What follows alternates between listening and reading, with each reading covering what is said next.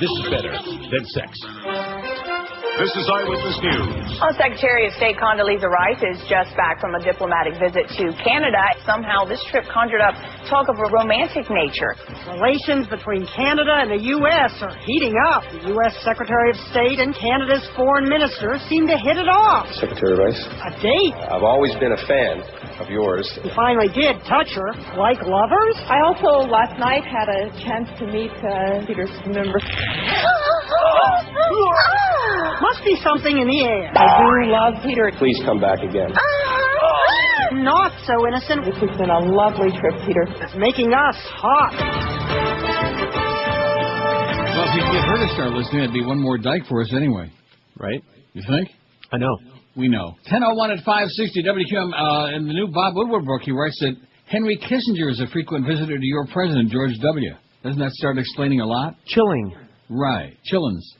Anyway, the poll, see, I don't know where to start because we already finished yesterday's poll. That's my bad. You know? I'm not going to read that again about how much you're listening and yada, yada. By the way, let's talk about some ladies' golf. Oh! All right. It's a sports show. Oh, God. There you go. I didn't say Bulldog sports. Well, same difference anyway. That's a good poll question. Do any straight women play golf? Yeah, probably. Well, it's okay. About 30, man. It's okay what? That they're lesbians. I see. Anyway, last time we did that poll about have you ever had a homosexual experience? It was, I don't know how many years ago, but like probably 3-4 years ago anyway at least. How long have we been doing these polls? Jeez, years. About maybe 6 years? That sounds about right. Anyway, it's a long time ago we took this. And the thing that's incredibly disturbing is we've lost 26 gay listeners in the meantime, and Hispanic listeners, gay, 15 we've lost. So there's 41. Or they're lying. Well, maybe it's not as PC anymore as it used to be. Because you know how we trace the URLs and we're going to out all these people. That's right. Anybody that voted yes, I'm gay, your name will be on the front page of the Herald tomorrow. And your picture. Have you ever had a homosexual experience? That's our poll right now. 1,193 votes. Well, that's a lot more than we had the first time. Although I did cheat and start this yesterday right at the ass end of the show. Speaking of ass end. No. Oh, so we never had this on the first time. No. You fairy. We didn't have the drop in. No, you fairy, 390. No. You fairy. Absolutely not. 379. Well, let's see. The first time we did this, 548 said absolutely not. But that included both categories, see? A few experiences, 130. You know, every now and then. They're like every other Thursday. A few, 130. In other words, more than once. First time we did it more than once was 105. Yes, once. Solamente uno, 130. That was enough. Yes, once had 105 the first time we done this. Of course, I'm Hispanic, 97. That wasn't nearly as popular. That came in second the first time we did this poll. 112 people said that the first time. But now only 97. And the percent was like almost 12% the first time. Now it's only 8%. Yes, I'm gay. What do you expect? 52. The first time we did the poll, 77 people said yes, I'm gay. How do you like that? Huh. So that's the real mystery. And I hate this poll, only 22, 1.8%. Out of 1,200 votes. We got 1,200 votes already. What do you say? All right. Not exciting? Pretty much. We started the poll, about 4 weeks ago? But that's all right. Don't make no difference to me. More good news from Iraq. Let's get this out of the way right off the bat so I don't get accused of, peeing on everybody's parade. The bodies of 40 men who were shot and had their hands and feet bound have been found in the capital over the past 24 hours, police said in Iraq today. Well, what's 40 dead people, among friends? All the victims showed signs of torture, Police Lieutenant Thayer Mahmoud said. Oh, Mahmoud. They were dumped in several neighborhoods in both eastern and western Baghdad. The top U.S. military spokesman in Iraq, Major General William Caldwell, yesterday said murders and executions are currently the main cause of civilian deaths in Baghdad. It's a bloodbath. Much of the violence has been attributed to death squads, many of which are thought to be offshoots of mainly Shiite militias. Also today, 2 Iraqi soldiers were killed and 10 others were injured in a suicide car bombing in part of Baghdad where American and Iraqi troops had just conducted a security sweep but obviously didn't do a very thorough job. How do you like that? They just got finished with theirs. They were sweeping it. And una bomba grande. Remember that story we had yesterday about the little contretemps on the flight from Peru to Miami? Yeah. This is better? Even better than we thought. Well, there's a little more detail now. By the way, T.O. did not try to commit suicide. Anybody believe that? No, he did not try to commit suicide. Yeah, I told you he didn't. No, he wouldn't do that. We just found 1 or 2 more the gay people out there. Insults and elbows and an iPod trigger near brawl on Lima to Miami flight. Told you these things are dangerous. What's that? Planes or iPods? iPoppies. I like my iPod. I don't give a crap what you say. A dispute between two passengers over personal hygiene and an iPod boiled over into a dramatic confrontation. Oh, by the way, I should mention that I got a good machine yesterday. Isn't that amazing? I was kind of skeptical. 2 Wednesdays in a row. Found a really hot machine there. You know, I know this sounds silly, because I've had plenty of days when I've lost my ass there, but I started to feel guilty. Hot machine there. You know, I know this sounds silly, because I've had plenty of days when I've lost my ass there, but I started to feel guilty, because people are looking, you know, like, I had this, I don't know, I had a premonition that machine number 2, I was doing okay on the other one I was on. I hit a 500 on the wheel, so I was ahead right off the bat. But that number 2, I just had a feeling. You ever have a strong feeling about a number 2? Yeah, probably every morning. Right now, as a matter of fact. Yeah. And I sat down at that machine, and it gave me 2 spins of 500 apiece within, like, about 3-4 minutes. And I'm thinking, boy, that's pretty damn good, you know, that's pretty unusual. Then, about 5 minutes later, I get 1,500 on the line. And people are saying, wow, that's a good one. Boy. And, of course, what they're really thinking is, you bastard, why didn't I get that? Oh, yeah, that's what they're thinking. Then about 3-4 minutes later, I get 400 on the line. You know, like red 7, purple 7, 5 times. 400 more on the line. I'm thinking, this is a hot machine mine. Then maybe 10 minutes later, I get a spin for 1,000. And this couple next to me, they're like, I think they're ready to take out a crowbar and start attacking me with it. Where's the magnet, you faggot? And then, like, so I get a spin for, like, 60 almost right away, and I'm playing for a couple more minutes. I get another spin, another 1,000. How you like that, Josh? That's a good day. It was a very good day, and a good day. That's what I said. Good day, and they paid me, and I went home.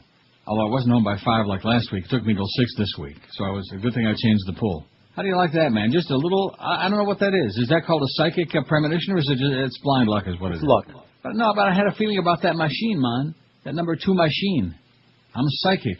What I should do is when I go in there, I should just stand there and, like, ejaculate. Feel it?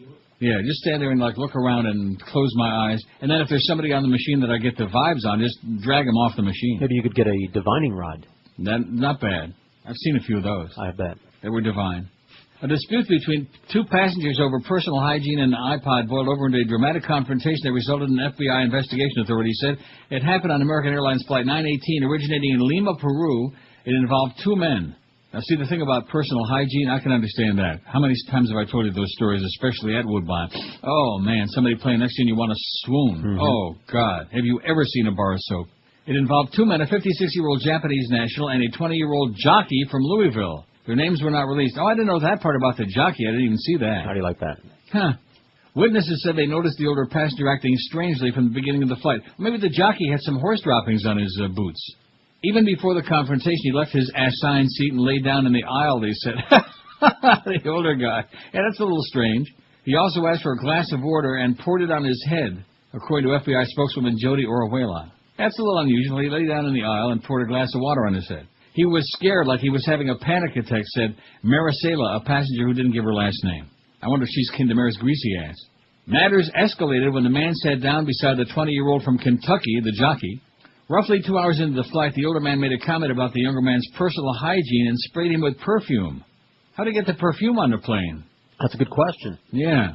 The younger man took out an iPod, presumably to attempt to ignore his neighbor, according to investigators, but this only agitated the older man further. He began elbowing the young man violently. Elbowing. The older gentleman thought the iPod wasn't good for the plane, Orihuela said. He probably thought it was a cell phone. Well, he's an old guy from, from Peru. Oh, he's Japanese, actually. Old Japanese guy. What does he know from iPod? Although it probably was made in Japan. Probably. Passengers became frightened. He had a lot of us very nervous, said Julio Anaya, adding that at one point the older man reached for an emergency handle on the aircraft door.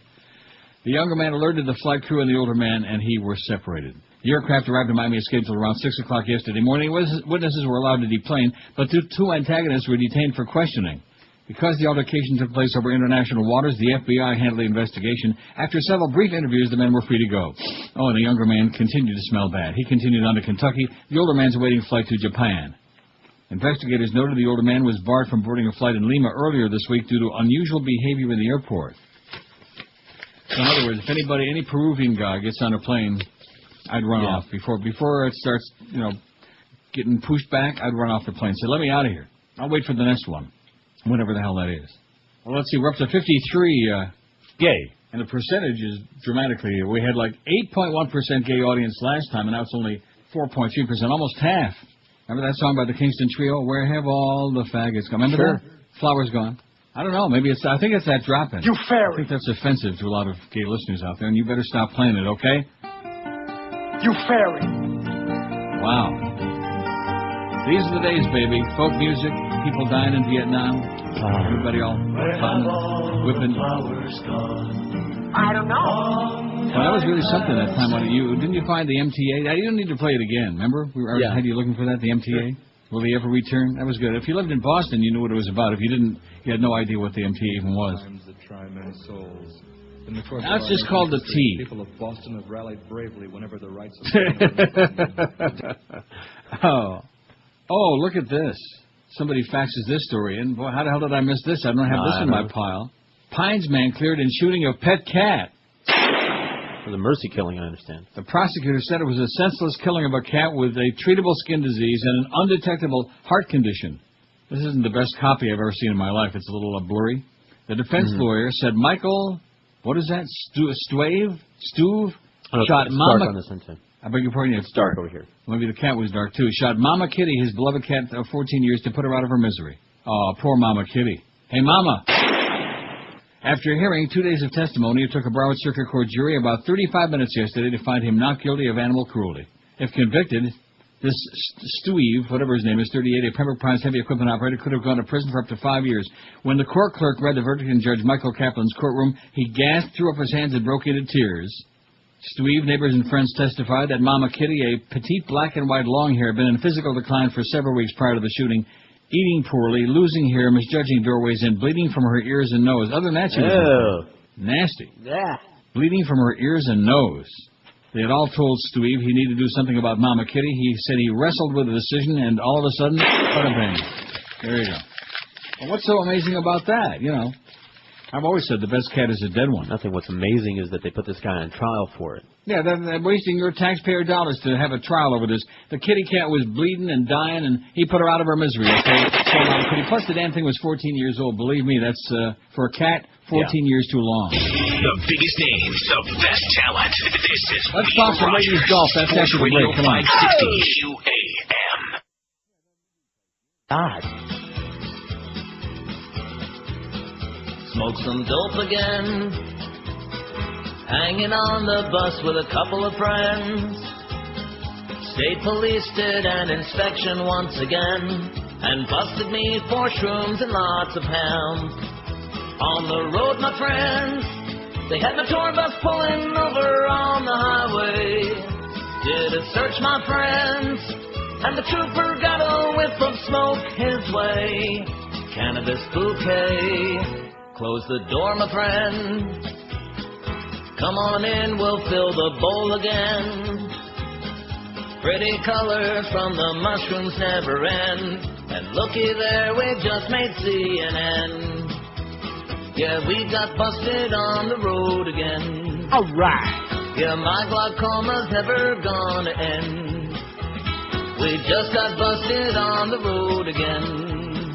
Poor misunderstood Willie, man. He just misunderstood old Coot. 10:18 at 560 WQAM. Here's a great editorial in the New York Times. I noticed that they're getting praised for finally getting off their ass. Finally. Better late than never, like the one article said, in the Smirkling Chimp. Editorial, rushing off a cliff, says the New York Times. Here's what happens when this irresponsible Congress railroads a profoundly important bill to serve the mindless politics of a midterm election. The Bush administration uses Republicans' fear of losing their majority to push through ghastly ideas about anti-terrorism that will make American troops less safe and do lasting damage to our 217-year-old nation of laws while actually doing nothing to protect the nation from terrorists. Democrats betray their principles to avoid last-minute attack ads. Our democracy is the big loser. Republicans say Congress must act right now to create procedures for charging and trying terrorists because the men accused of plotting the 9/11 attacks are available for trial. That's pure propaganda. Those men could have been tried and convicted long ago, but President Bush chose not to. He held them in illegal detention, had them questioned in ways that will make real trials very hard, and invented a transparently illegal system of kangaroo courts to convict them. It was only after the Supreme Court issued the inevitable ruling striking down Mr. Bush's shadow penal system that he adopted this tone of urgency. It serves a cynical goal. Republican strategists think they can win this fall, not by passing a good law, but by forcing Democrats to vote against a bad one so they could be made to look soft on terrorism. Last week, the White House and 3 Republican senators announced a terrible deal on this legislation that gave Mr. Bush most of what he wanted, including a blanket waiver for crimes Americans may have committed in the service of his anti-terrorism policies. The Vice President, Dick Cheney, and his willing lawmakers then rewrote the rest of the measures so that it would give Mr. Bush the power to jail pretty much anyone he wants for as long as he wants without charging them, to unilaterally reinterpret the Geneva Conventions, to authorize what normal people consider torture, and to deny justice to hundreds of men captured in error. These are some of the bill's biggest flaws. On enemy combatants, a dangerously broad definition of illegal enemy combatant in the bill could subject legal residents of the U.S., as well as foreign citizens living in their own countries, to summary arrest and indefinite detention with no hope of appeal. The President could give the power to apply this label to anybody he wanted. On the Geneva Conventions, the bill would repudiate a half-century of international precedent by allowing Bush to decide on his own what abusive interrogation methods he considered permissible, and his decision could stay secret. There's no requirement this list be published. On habeas corpus, detainees in U.S. military prisons would lose the basic right to challenge their imprisonment. These cases don't clog the courts nor coddle terrorists. They simply give wrongly imprisoned people a chance to prove their innocence. On judicial review, the courts would have no power to review any aspect of this new system except verdicts by military tribunals. The bill would limit appeals and bar legal actions based on the Geneva Conventions, directly or indirectly. All Bush would have to do to lock up anyone forever is declare him an illegal combatant and not have a trial. On coerced evidence, it would be permissible if a judge considered it reliable, already a contradiction in terms, and relevant. Coercion is defined in a way that exempts anything done before the passage of the 2005 Detainee Treatment Act and anything else Mr. Bush chooses. On secret evidence, American standards of justice prohibit evidence and testimony that's kept secret from the defendant, whether the accused is a corporate executive or a mass murderer, but the bill as redrafted by Mr. Cheney seems to weaken protections against such evidence.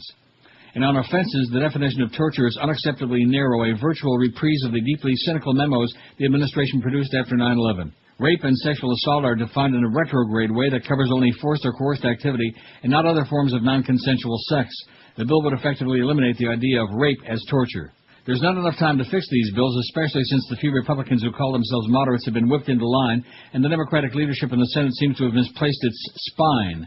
If there was ever a moment for a filibuster, this was it. We don't blame the Democrats for being frightened. The Republicans have made it clear they'll use any opportunity to brand anyone who votes against this bill as a terrorist enabler. But Americans of the future won't remember the pragmatic arguments for caving into the administration. They'll know that in 2006, Congress passed a tyrannical law that'll be ranked with the low points in American democracy, our generation's version of the Alien and Sedition Acts. That's the New York Times editorial. And like I said, about time. Woke up and sniffed the pansies, the lilacs, the daffodils. Wake up and smell the coffee, especially if it's from Starbucks. Well, I got a story later about the color brown. Well, really? No different colors. Yeah, brown. Okay. Remember that brown splotch on the guy's pants? Yeah, what about it? You probably just left Starbucks. Oh, we got 56. Yay. Maybe we'll get up to that 77, but the percentage is very, very low. Because the votes, we got 1275. The first time we did that poll was only 947. So we got like over 300 votes more now. Mm-hmm. So that means we got a lot more people voting on the poll, but just fewer of them are... Yay. Okay. Which I'm sure makes you very happy. You know, all these years that you've been trying to chase those poor bastards away. What do I care? That's just, well, you relax. Jesus, Scott. I'm not talking to you anyway. I'm talking to Josh. Oh, okay, yeah, he cares a lot. Hates them faggots. That's what I heard. Republican Charlie Crist. Oh, speaking of that, Yay. What a segue. And I see you lead me down the garden path again. Republican Charlie Crist holds a commanding lead over Democrat Jim Davis in Florida's race for governor, helped by a barrage of TV ads and strong crossover support from Democrats. Crossover support, according to an Orlando Sentinel poll released Tuesday. Crist leads Davis 51 to 36%. It's a landslide, baby, with 11% undecided, another 2% backing other candidates, like Heine Manouche and Ish Kabibble. Crist has had the money to stay on TV. People know him and generally like him, said Brad Coker, managing director of Mason-Dixon Polling and Research, which conducted the survey for the Sentinel and WESH Channel 2 in Orlando. But Davis still isn't known to 1 in 5 voters. He's a blank slate, and Crist is going to be able to define him any way he wants, Coker added. I wonder if he's kin to Larry Coker. Boy, I sure hope not for his sake. You know that old Larry Coker, the UM coach that everybody wants to get fired now? Fire his old ass, come on. Is that what they're all saying, Josh? Yeah. They lost 2 games. You can't do that. Only game that they won was against like a little girls' blind school, a bunch of little girl golfers. Crist, who won the Republican nomination by a 2-to-1 ratio in the September 5 primary, has been airing TV ads across Florida since May and is known to a remarkable 98% of Florida voters who don't care that he's gay. They don't care about that. More than half these voters give Crist favorable marks. Based on what, I have no idea, but he's a hell of a guy, man. Plus, they think Christ, same thing. Isn't it pretty much the same, Charlie Christ? Sure. Jesus. And, of course, Jesus wore those sandals, and a lot of people said he looked kind of gay. Crist, the state's attorney general, draws support from 24% of registered Democrats, a troubling sign for Davis. He's been focused on bolstering support among labor unions and black voters, usually reliable Democratic basis that the nominee clearly still feels compelled to woo after the Democratic primary. He's pitching woo. That combative contest, which Davis won by 6 points over Rod Smith, was still echoing Tuesday, with the two former rivals finally appearing together for the first time since the vote. By contrast, Crist and his defeated primary opponent, Tom Gallagher, toured the state within 48 hours of that contest in a show of Republican solidarity heading into the November 7th general election. Davis's message has been muted by his lack of money. Crist had almost $2 million in his campaign account by last weekend, which did not include proceeds from an Orlando fundraiser last week featuring Bush and Evan, expected to raise $3.3 million for the candidate and the state Republican Party. Davis had just $411,000 in the bank, according to the campaign reports filed last weekend. Come on, let's cut loose with some cash, man, for Jim Davis, George. Oh, yeah, I got a wad right here. Send him a big fat one. Come on, write it out right now. Thousands. He's got $400,000, and the other guys have got like 3.3 plus, what was it, 2? They got like $5 million? Yeah, $5.3 million. They got $411,000. They haven't got a Chinaman's chance in Okinawa. Davis's only edge is among black voters. The Tampa congressman leads Crist 79 to 7% among blacks. And we need to get all the black people out voting. Sure. Keep all the white people home. Isn't that the way to do it? Kind of like turnaround. Let's do it. Payback is a bitch. Turnaround is fair play. That's what what's his name used to say on the Hollywood Squares, Peter Marshall. Remember that, Peter Marshall? Turnabout is fair play. Whatever the hell that means. When we come back, we're going to go over the list of all the great stars from the Hollywood Squares, like Cliff Arquette, Charlie Weaver, Paul Lynde, Vincent Price, George Gobel, Buddy Hackett, yes, he could. Carol Channing, Rose Marie. Wow. God. 1,289 votes on the poll, and 58 say yes on Yay. How do you like that? Where have all the biggest names of best talent. This is Neil Rogers, Sports Radio 560 QAM. You're gay. Here's Oakland Park. Hello. Yes, is this Mr. Rogers? Speaking. Mr. Rogers. Reverend Jones here, and you're another phony reverend? Yeah. You're having a controversial show today on callers from the past. What is it? You're having a controversial show on callers from the past? No, we're not talking about callers from the past. You're gay. Bits that you're doing? Sure, what are you talking about? You're playing old bits? No, I'm not. Well, we had a call a while back, and I guess you did a tape, and you made some type of a cart on it. I guess that's what they're telling me, and we discussed not playing it on the air. What are you talking about? The part, the gay bit, sir. That was one of my disciples. You're gay. Yes, sir. Yeah. You'd appreciate to not play that. You're gay. I thought you received the letter. Did you receive the letter, sir? You're gay. You're gay. Did you receive the letter, sir? You're gay. You're gay. Sir. You're gay. Did you receive the letter, sir? You're gay. There'll be a lawsuit. You're gay. Sir. You're gay. No, you're gay, sir. You're gay. What was he trying to say? You're gay. You fairy. I know you missed him a lot. Oh, yeah. So I figured I'd slip that in there, just to make up for all that lost time. We kept the best part of it. Yeah, that's right. Rectum. 1,302 votes on the poll today. Have you ever had a homosexual experience? We're not tracing the calls. Don't pay any attention to George, although there will be a little knock on your door, and they will drag your ass away, maybe the rest of you, too. 1302, have you ever had a homosexual experience? No, you fairy. You fairy. 420. Absolutely not, 409. A few, 149. Well, a few could be like anywhere from like 5 or 6 or maybe 20 or... About 30, man. 20 or 30, just a few. In fact, that would be a good poll question for you to take one day. How many homosexual experiences does it take to make you gay? See what I'm saying? Okay. I know right? the answer. 1. Sure. That would be your answer, because you're such a hard ass. So would all the straight guys agree with me. Yeah. You know who wouldn't agree with me? Who's that? The gay guys. Oh, like me. A few 149. Yes, once 140. Once was enough. Of course, I'm Hispanic, 102. That's 10 shy of what we had the first time we did the poll a million years ago. Yes, I'm gay. Gay. 59. That's 18 shy. We're still short of that 77. And I hate this poll. Only 23, 1.7%. What's to hate about this poll? Nothing. Maybe it's we gay. do have 300, what? Maybe it's because it's gay. Is that what it is? A little gay. Speaking of that, according to Pulitzer-winning Washington Post journalist, I think that's supposed to say Pulitzer Prize-winning Washington Post. What is this on? Oh, raw story. Well, what do they know? Bob Woodward says former National Security Advisor and Secretary of State Henry Kissinger makes regular visits to see President Bush. Doesn't that tell you a lot about why so many innocent people are dying all over the world? I think you should kill when this war criminal is a regular visitor to see your president. Well, I guess Jack Abramoff can't go there anymore, so we got to have somebody come in to see him. Woodward is set to appear on Sunday's edition of 60 Minutes to talk about his new book, State of Denial, Bush at War 3, which will hit the bookstores on Monday. Gossip columnist Liz Smith first reported the scoop about Kissinger in her column published earlier today at the New York Post. One thing, and of course I can't click on the New York Post website because anything that's got to do with Rupert Murdoch, my computer automatically filters out. It's got a BS filter. One thing the book will tell us is that former Secretary of State and National Security Advisor Henry Kissinger is a regular visitor to President Bush, wrote Smith. The president likes to receive visits from Nixon's former and most famous aide, and he urges Dr. Kissinger to call him anytime he's in Washington, the column goes on.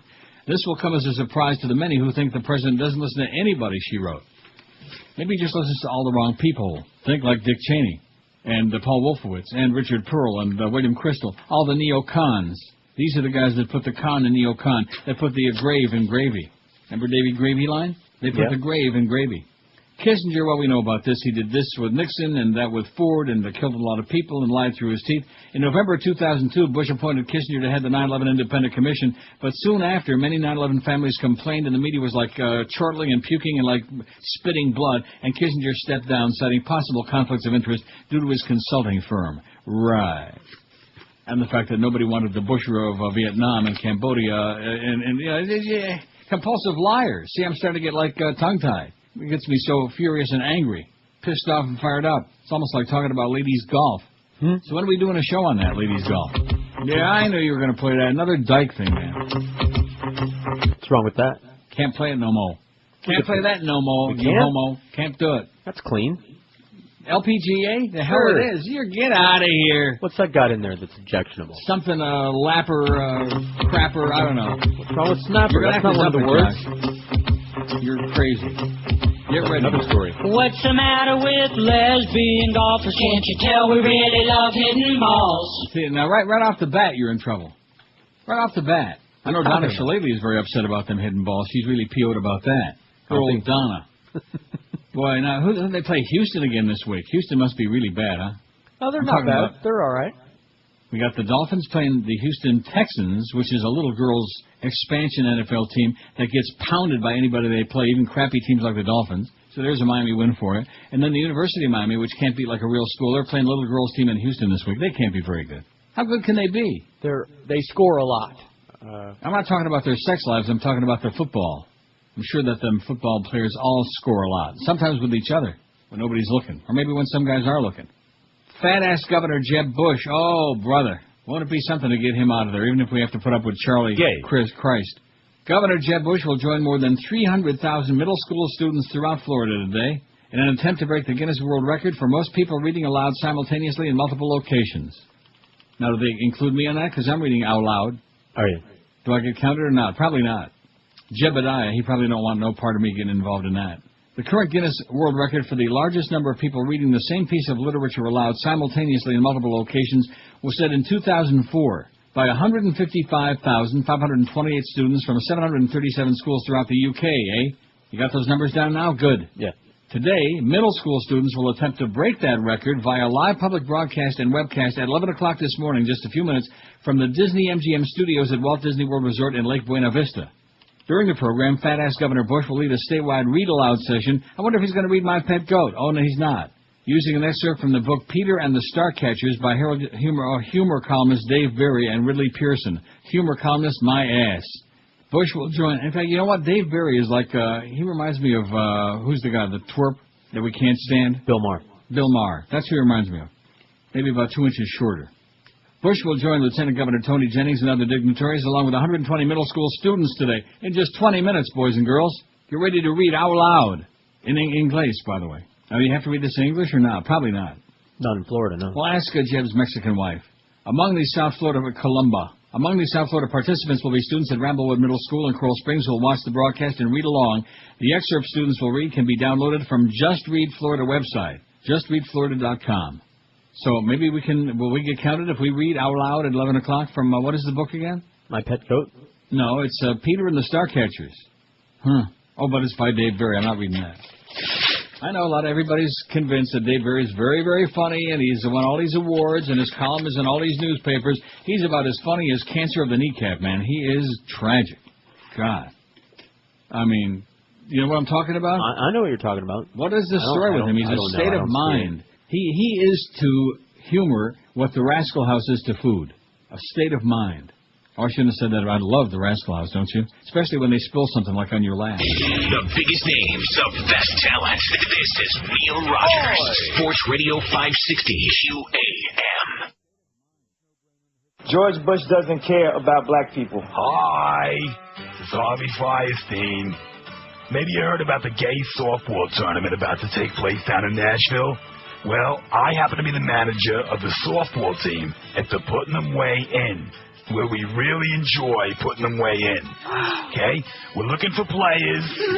Really, aren't we all? And believe you me, there's plenty of openings to be filled. Maybe you're the right man for the job. Listen, we'll do everything we can to get you in your favorite position. We emphasize the squeeze play, the grand slam, singles, doubles, triples, whatever, tickles your feathers there. Bases on balls. Ooh, that sounds painful. Well, it is, but it's a good hurt. I think you know what I mean. Listen, whether you're a pitcher, a catcher, or just playing the field, come on down and try out. Everybody makes the team. And makes the team, and makes the team, and makes the team. And if you can't make the team, you can always be a ball boy. Guys, you don't have to be great, all right? I mean, there's no embarrassment if a fly should drop, or if you pop up or something like that. And if you get tagged, that's okay too. I mean, really. Let's face it. What's better than being slapped with some hard leather when you're sliding home? Another feature you might enjoy about the situation is we play games where we're tied up for hours. All right? So listen to Harvey. Come on down and play in one of the tightest divisions you'll ever find. But just remember the rules. If you're not safe, you're out. 10:47 at 560. During the break, I finally figured it out where I lost touch with the gay community. Or the so-called, you know what it was? I give up. Broke-ass mounting.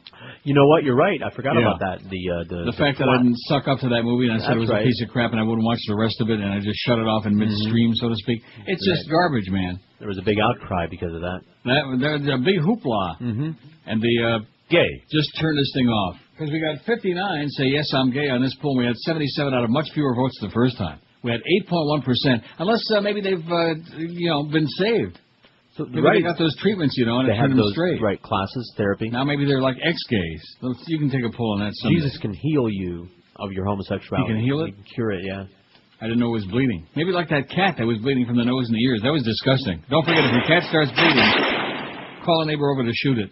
The leftist presidential frontrunner in Ecuador said yesterday that the devil should be insulted by comparisons to President Bush, whom he called Bush a dim-witted leader who has done great damage to the world. Rafael Correa, C-O-R-R-E-A, Correa, speaking to Channel 8 television in Quito, Ecuador, referred to a UN speech last weekend by his friend Venezuelan President Hugo Chavez, who caused the uproar in the U.S. by calling Bush the devil, El Diablo. Calling Bush the devil is offending the devil, said Correa, a U.S.-trained economist who leads 12 other candidates in polls ahead of the October 15 election. He said the devil is evil but intelligent. I believe Bush is a tremendously dim-witted president who's done a great damage to his country and to the world, Correa said, and we say amen to that. You don't have to be a rocket scientist to figure that out. Correa, who's been highly critical of free market policies advocated by Washington, said he merely expressed personal opinions and promised that if elected, between states and at the level of leaders, the most absolute respect would be shown. Right, you moron. Kind of like what John Chrétien called Bush a few years ago. You moron. You fairy. Correa, who's earned a doctorate from University of Illinois, said his opinion of Bush did not extend to the American people for whom he feels great affection. He said he lived in the U.S. when Bush won the presidency in 2000 through what Correa called trickery, apparently referring to the allegations of irregularities in Florida voting. Allegations of irregularities, which we find most amusing. The U.S. Embassy did not immediately respond to calls seeking comment. Correa's got he's way ahead. 7 points out of his closest challenger, Leon Roldos. Correa, 43, served 4 months as economy minister under outgoing President Alfredo Palacio, has rattled the markets with pledges to slash Ecuador's foreign debt payments, either through negotiation or a moratorium. Merrill Lynch on Tuesday cut its recommendation on Ecuador's external debt to underweight from market weight and amid a sell-off by jittery bondholders. Oh, there you go. What do you say? It's an insult to the devil. I would agree with that. The devil's in the details. All that devil stuff, man. And there are people who believe that. That's the best part of the whole deal. Yeah, most Americans. Get out of here. Believe in the devil? You can't be a Christian without believing in the devil. It's all. How do you figure that? It's all part of the same mentality. It's all part of the same philosophy. Get out of here. All right. I don't believe you. Okay. It's a sport show. 1,345 votes. We had 947 the first time we did this, but we had a big head start this time. So that would mean we have a lot more people listening now than we did whenever that was years ago. You believe that? No. 60 gay listeners, though, who are out of the closet and say, yeah, I'm standing up, putting up my hand. They're not saying where they're putting it, but I think I can feel it already. This is a real touching story. You want to hear something heartwarming and touching as opposed to all this bloodshed and politics and depressing crap? God. Okay. Yeah, lay it on. I mean, how can you be jolly and, gay, when there's all this depressing news going on? That's probably why those people aren't so gay anymore. Let's see. Of course, I'm Hispanic, 105. That's 7 shy of the 112 who admitted that the first time. Admitted that. Mm-hmm. I mean, I would say of Hispanic people that on the planet now, probably only 90% of them have got these experiences, which doesn't make them, gay. Just curious, friendly. Right. They like getting around town. Pat Gudinas has finally met her sister. This is such a wonderful story, human interest story, the kind of stuff they say for the end of the nightly news. Those real feel-good stories so you don't puke up your dinner. Pat has finally met her sister 71 years after they were born, culminating 8 years of an effort to track her down. These are twins. I've never had anybody in my family, she told Milwaukee Journal Sentinel columnist Jim Stingle of the reunion Tuesday at suburban West Allis restaurant not far from where her sister Shirley McGuire lives. It's hard. All these years I missed with her, McGuire said, after she and Gudinas, who lives near Austin, Texas, shared their first hug and kiss. Stingle reported that the twins were born to a woman who had been intimate with a married man, and they ended up in different foster homes and eventually at St. Joseph Orphanage on Milwaukee's South Side. But we were kept separated. We were never in the same room with one another, Gudinas said. Both girls were told while they were growing up that they were adopted and had a twin. The efforts by Gudinas to find her sister made significant progress recently when a nun in Chicago who had archival materials from the orphanage provided her with the name of the people who adopted her twin. Isn't this something? It's something. She hired a genealogist to track her down with the help of public records and newspaper obituaries, and the genealogist showed up at McGuire's door recently, leading to arrangements for their meeting on Tuesday, and they hugged and kissed after 71 years. Oh! All right. Which means they're probably both going to be dead pretty soon. Doesn't say how old they are. Well, maybe it says 71 years after they were born, so I guess they're 71. Well, that's not so old, especially if you're almost 64. You know what I mean? Yeah. Not to mention any names. No, you'll see. You'll see 71 sounds pretty old when you're like a punk. Like Josh probably thinks 71 is real old, Yeah, what a geezer. Yeah, that's right. What an old geezer. How's the Beezer doing, by the way? Let's talk some hockey. Forget about that ladies' golf. Panthers finally, I see, won an exhibitionist game. I think they shut out Atlanta 2-0 last night, didn't they, Josh? Yes? Oh, yeah. I don't. But they won a game, Exhibition Leafs lost hockey. again to Ottawa, but then they always lose to Ottawa. These are only exhibition games. They don't count. They mean nothing. Of course, any hockey game in South Florida pretty much means nothing. But that's beside the point. That's not the problem with hockey. That's the problem with the South Floridians, man. Very narrow in their scope. Very narrow. That's all they know from, man, is football. Football. Give me the ball, especially the Dolphins. They don't care about the Hurricanes, especially if they lose a couple of games. Hurricanes, screw them, Very, very bad front-running town. 1352, I got my eye on it. What can we make today besides chopped liver? 1,700, you think? Bacon, I hope. I already made my bacon. Man, it was good. Waiting for ours. Crunchy and crispy, microwave. Minute and 45 seconds. Good stuff. Schneider's, by the way. Can't get it there. Too bad. Don't get that limpy, that real wimpy microwave bacon that comes out like real, No. limp. I like that thick stuff anyway. I beg your pardon? The thick cut bacon. Yeah, thick cut. Careful. Oh, boy. 10:55, we got the Mad Dog coming up at 2 o'clock. We got that new lineup now. This is the great part about the schedule. Unlike all those months, like between the end of January and just about a month ago. Today. I mean, isn't today September 28th? August 28th, that was the day we debuted the new schedule. And all those months in between, man, it was really, really desperate. Who's on first? Who's on second? Is it Geldy today? Is it going to be, the revolving door schedule? Now we're like, I would say... rock solid. That's right. You got the Big O. Oh! Between 5 and 7, the Kenny and Bo Morning Show. It's a sport. They got them at 7. And then we're here every day 10 to 2, whether you like it or not. Mad Dog 2 to 4, the Power Hour with Hank and the Mad Dog 4 to 5. Boy, whoever came up with that idea was a genius. Hank Goldberg solo 5 to 6:30. And then you got the Marlins on deck as they're playing out the string. They got, 4 games left? Yeah. And then the season's over. The Reds tonight. Pregame is at 6:30. Marlins and the Reds 7:05 from the stadium right up the street. Eddie K at 10 right after the ballgame. And then they got the Philadelphia Phillies for the last game of the last season series. Tomorrow, Saturday, and Sunday, and that's it, finito. Was that a home series, I would assume? Yes, it is. So you got plenty of opportunity out there instead of pretending to be a bunch of front-running phonies that only show up when they're like giving some crap away. To go out there and support your Marlins and show those kids your appreciation for the tremendous job they did. And Joe Girardi, too, even though he's getting his ass fired. Wouldn't that be great? Get some decent crowds out there. They won't. See, what do I talk such crap for? I know what I know where I'm talking. It's like saying, hey, don't you care about those hockey shows? Oh, yeah. Why didn't you stop me from that? Why didn't you, like, kill... Huh? Right. No, seriously, why didn't you, like, attack Rimmer with, like, a drill press or something as soon as he came in there? When I mentioned that the callers were just going nuts and cursing me out and you and him and accusing us of losing our minds, your reaction was, oh, you just don't like it, you just don't like hockey, you just don't like Well, that part's true. Oh, now it's Ottawa 5, Toronto 3. Look at that. But it's only an exhibition game. It doesn't count.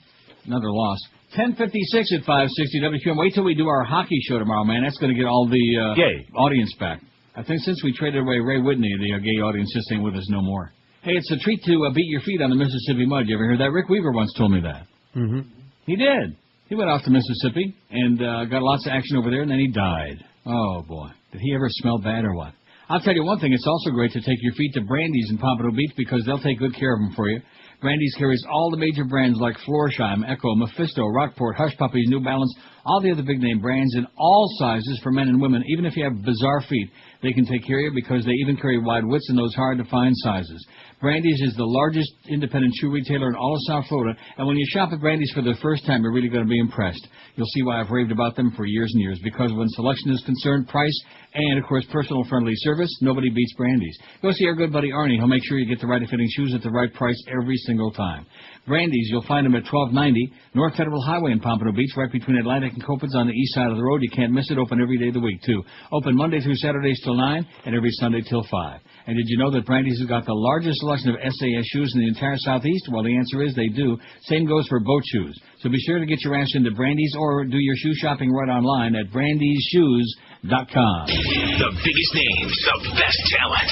This is Neil Rogers, Sports Radio 560 QAM.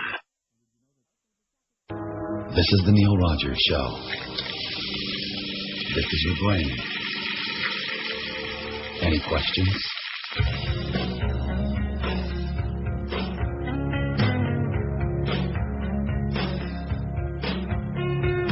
What do Muslims seek? The Pope's apologies. He says he made a mistake, but Muslims are enraged. Been asking the Nazi youth, what would Jesus do? So what else can the Pope be but all apologies? It was dumb, and now look what it's become. Pope Benedict got him in a fit. Quit brain. Is he crazy? Yes. 11:02 at 560. So Keith Olbermann reported last night at the end of the show. Screech from Saved by the Bell's got his own sex video going on the internet somewhere. Make sure you miss that. Oh, done. God. And speaking of disgusting things, an undercover investigation by BBC News finds that China's got a flourishing trade of organs from executed prisoners. China is becoming the destination of choice for rich foreigners in need of organ transplants. One hospital said it could provide a liver for about $100,000. How do you like that? They've been doing that for years. You got the... How do you know that? Anybody have a heart or a liver? It's been news for years. China's got more executions than any other country in the world. Maybe that's why they're such good friends of ours. Mm-hmm. Officials told undercover reporters that executions increased prior to national holidays, so many organs are available around those times. Wow. Of course, it might be a dog liver or something like that, because it's always the ear of the dog, isn't it? Yeah, well, they like dog over there. A lot. 1,374 votes on the poll. Now, let's see. Gay, we got up to 61. Maybe all those 77 will check in on this thing before it's done, because it's going to be up there all the rest of the day. I don't know. I shouldn't be doing that anymore. Putting the new poll up there before, like, 1:45. That's bad. Whatever. Well, no, it throws off the whole rhythm of the program, the rhythm of the rain. Well, let's see. Of course, I've had 109, so we're only 3 shy of that. They'll all be on there. It's just that the audience has grown exponentially. That's what, what's his name is very afraid of. Joel. What's his name? Joel Feinberg. He's PO'd about that. Is that the Cascades and the Rhythm of the Rain? Sounds like it to me. You know it. Yeah. Here comes that tinkling sound. I would say 1961 or 62. Maybe 62? Sounds like a wiener to me, if you ask. 63. Well, I was pretty close. Always within 1 year. Always a little bit off, but it's always within 1. Camilo Mejia. Oh, I wonder if he was related to Carmen Mejias, who used to play for the Pirates. Former Amnesty International prisoner of conscience served 9 months in U.S. Army jail for refusing to return to his Florida Guard unit in Iraq. His Iraq war memoir, Road from Al-Ramadi, the private rebellion of Staff Sergeant Mejia, is being published by the New Press in next year, spring. He writes, giving terrorism a reason to exist on commondreams.org. According to a report by 16 U.S. spy agencies leaked to the New York Times, the U.S. invasion and occupation of Iraq has helped create more global terrorism and energized jihadist ideology throughout the world since the 9/11 attacks. The intelligence report completed in April of this year, but still classified, contradicts more optimistic assessments by both the White House and the House Intelligence Committee, which have claimed that America and its allies are safer since the 9/11 attacks. The report, however, also supports what critics of the war, especially dissenting U.S. veterans, have been saying all along, that the war in Iraq is actually creating more terrorism. That's what Pervert Musharraf said, too, by the way. You know that. He also said Osama's still alive. He's in Afghanistan. Boy, those two hate each other like poison. Mm-hmm. Can you imagine they probably were throwing halava at each other at that dinner at the White House last night. I imagine. Anyway, Camilo says, on March 15, 2004, just before surrendering to military authorities after refusing to return to the war, I gave a press conference to both national and international media. A reporter from Univision asked me if there was a difference between what was being reported in the U.S. about soldiers in Iraq and my experience there. I told her that morale among U.S. troops, contrary to media reports, was really low because we lacked a sense of mission and because we were all lied to about weapons of mass destruction and connections between Iraq and terrorism to justify the war. In reality, we're giving terrorism a reason to exist with this war, I said. Fast forward to the New York Times article, you'll have the exact same thing, only this time reported by 16 U.S. intelligence agencies 2.5 years later. Part of the problem is that the public tends to believe whatever the government and the corporate media present through its hordes of loyal analysts and experts as fact, while readily dismissing the first-hand experience and information brought back by the very same servicemen and women they allow their government to send to war without real justification. A more serious problem, however, would be for the people of the U.S. to allow this new report to be misused for political gain rather than for a more appropriate action, the withdrawal of all troops from Iraq. Oh! If unchallenged, the misuse of the report would simply aid top Republicans in bashing their second-term president in order to secure their party's next presidential nomination. Only 6 weeks away from their national elections, the intelligence report would also aid Democrats in their quest to regain control of both houses of Congress. But regardless of which party takes home the trophy, what constituents should not lose from sight during either election is that the Iraq war increased terrorist threats to the U.S. There could be no better reason, nor a more appropriate time to demand that the government the immediate withdrawal of all U.S. troops from Iraq. At the heart of this mess is not simply which party is to blame for sending our troops into a bound-to-fail military adventure that actually energized global terrorism. In reality, both parties obediently stood behind the president as his administration led the country to war, but also how to best utilize the information to do right both by the Iraqi people and to our own military, all while making the world a safer place.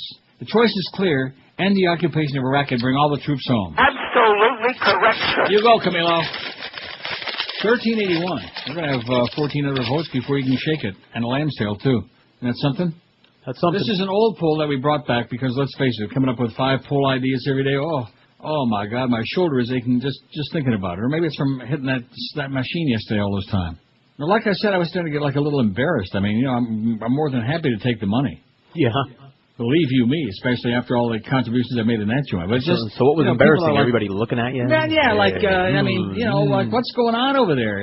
Look at him. They always do that, though, Sure. But at least the regular old ladies weren't there coming up saying, "Oh, you're so lucky, you're so lucky." You just want to smash them right in the mouth when they do that, Mm-hmm. On the days when you're sitting there losing your ass, feeding the machine man and losing it, they never come up to you and say, "Oh boy, you're so unlucky. I feel bad for you." Never. No, seriously, people are jealous.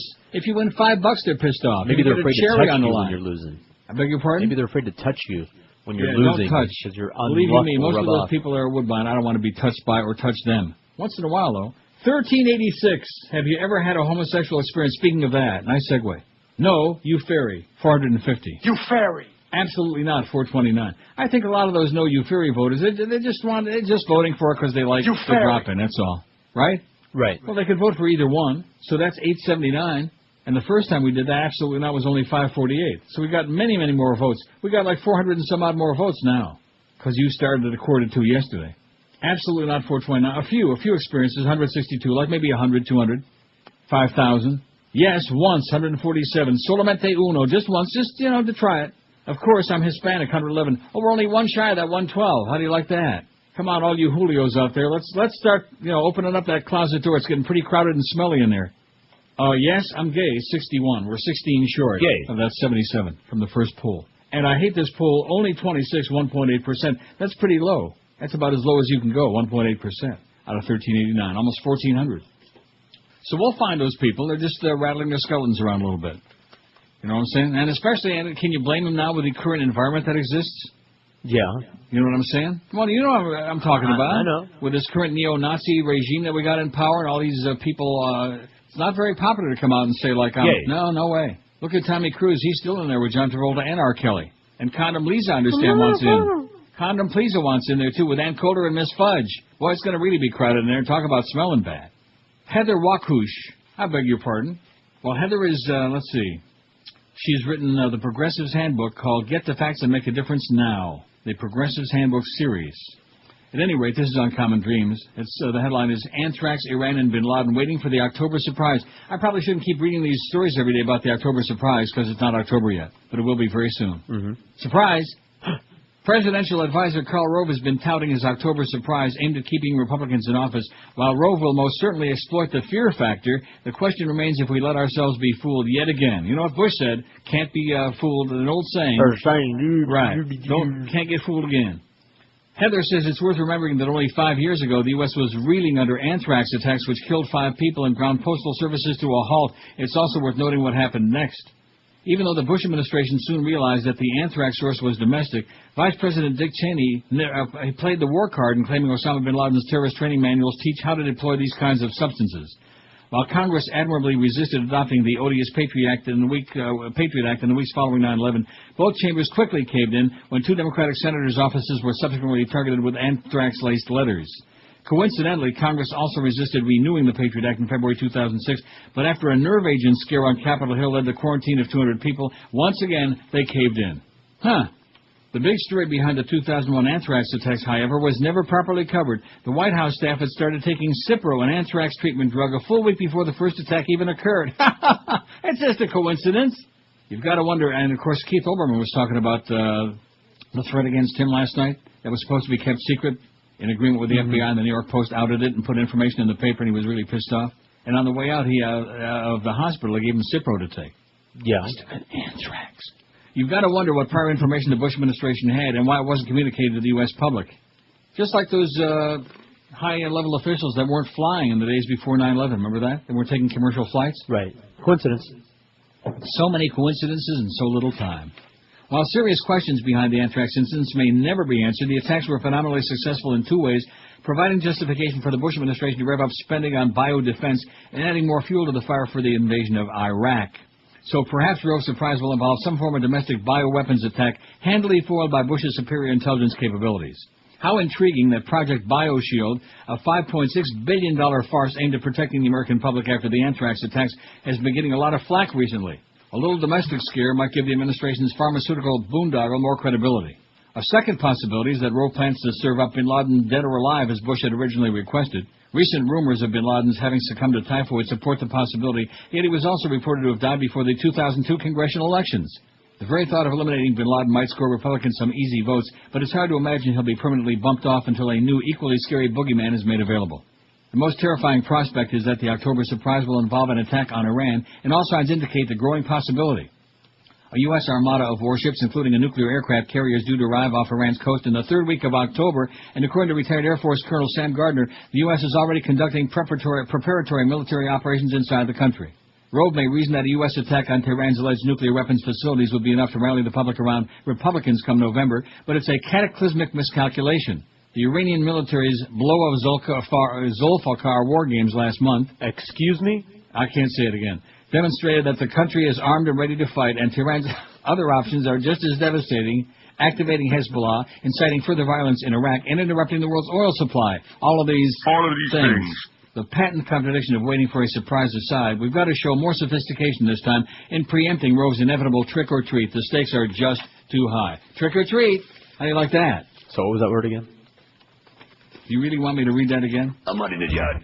The Iranian military's blow of Zulfikar war game. What word did you say? I said it's time for a break. The biggest names of best talent. This is Neil Rogers, Sports Radio 560 QAM. She's reading the news now. Oh my God. Hey, who really cares?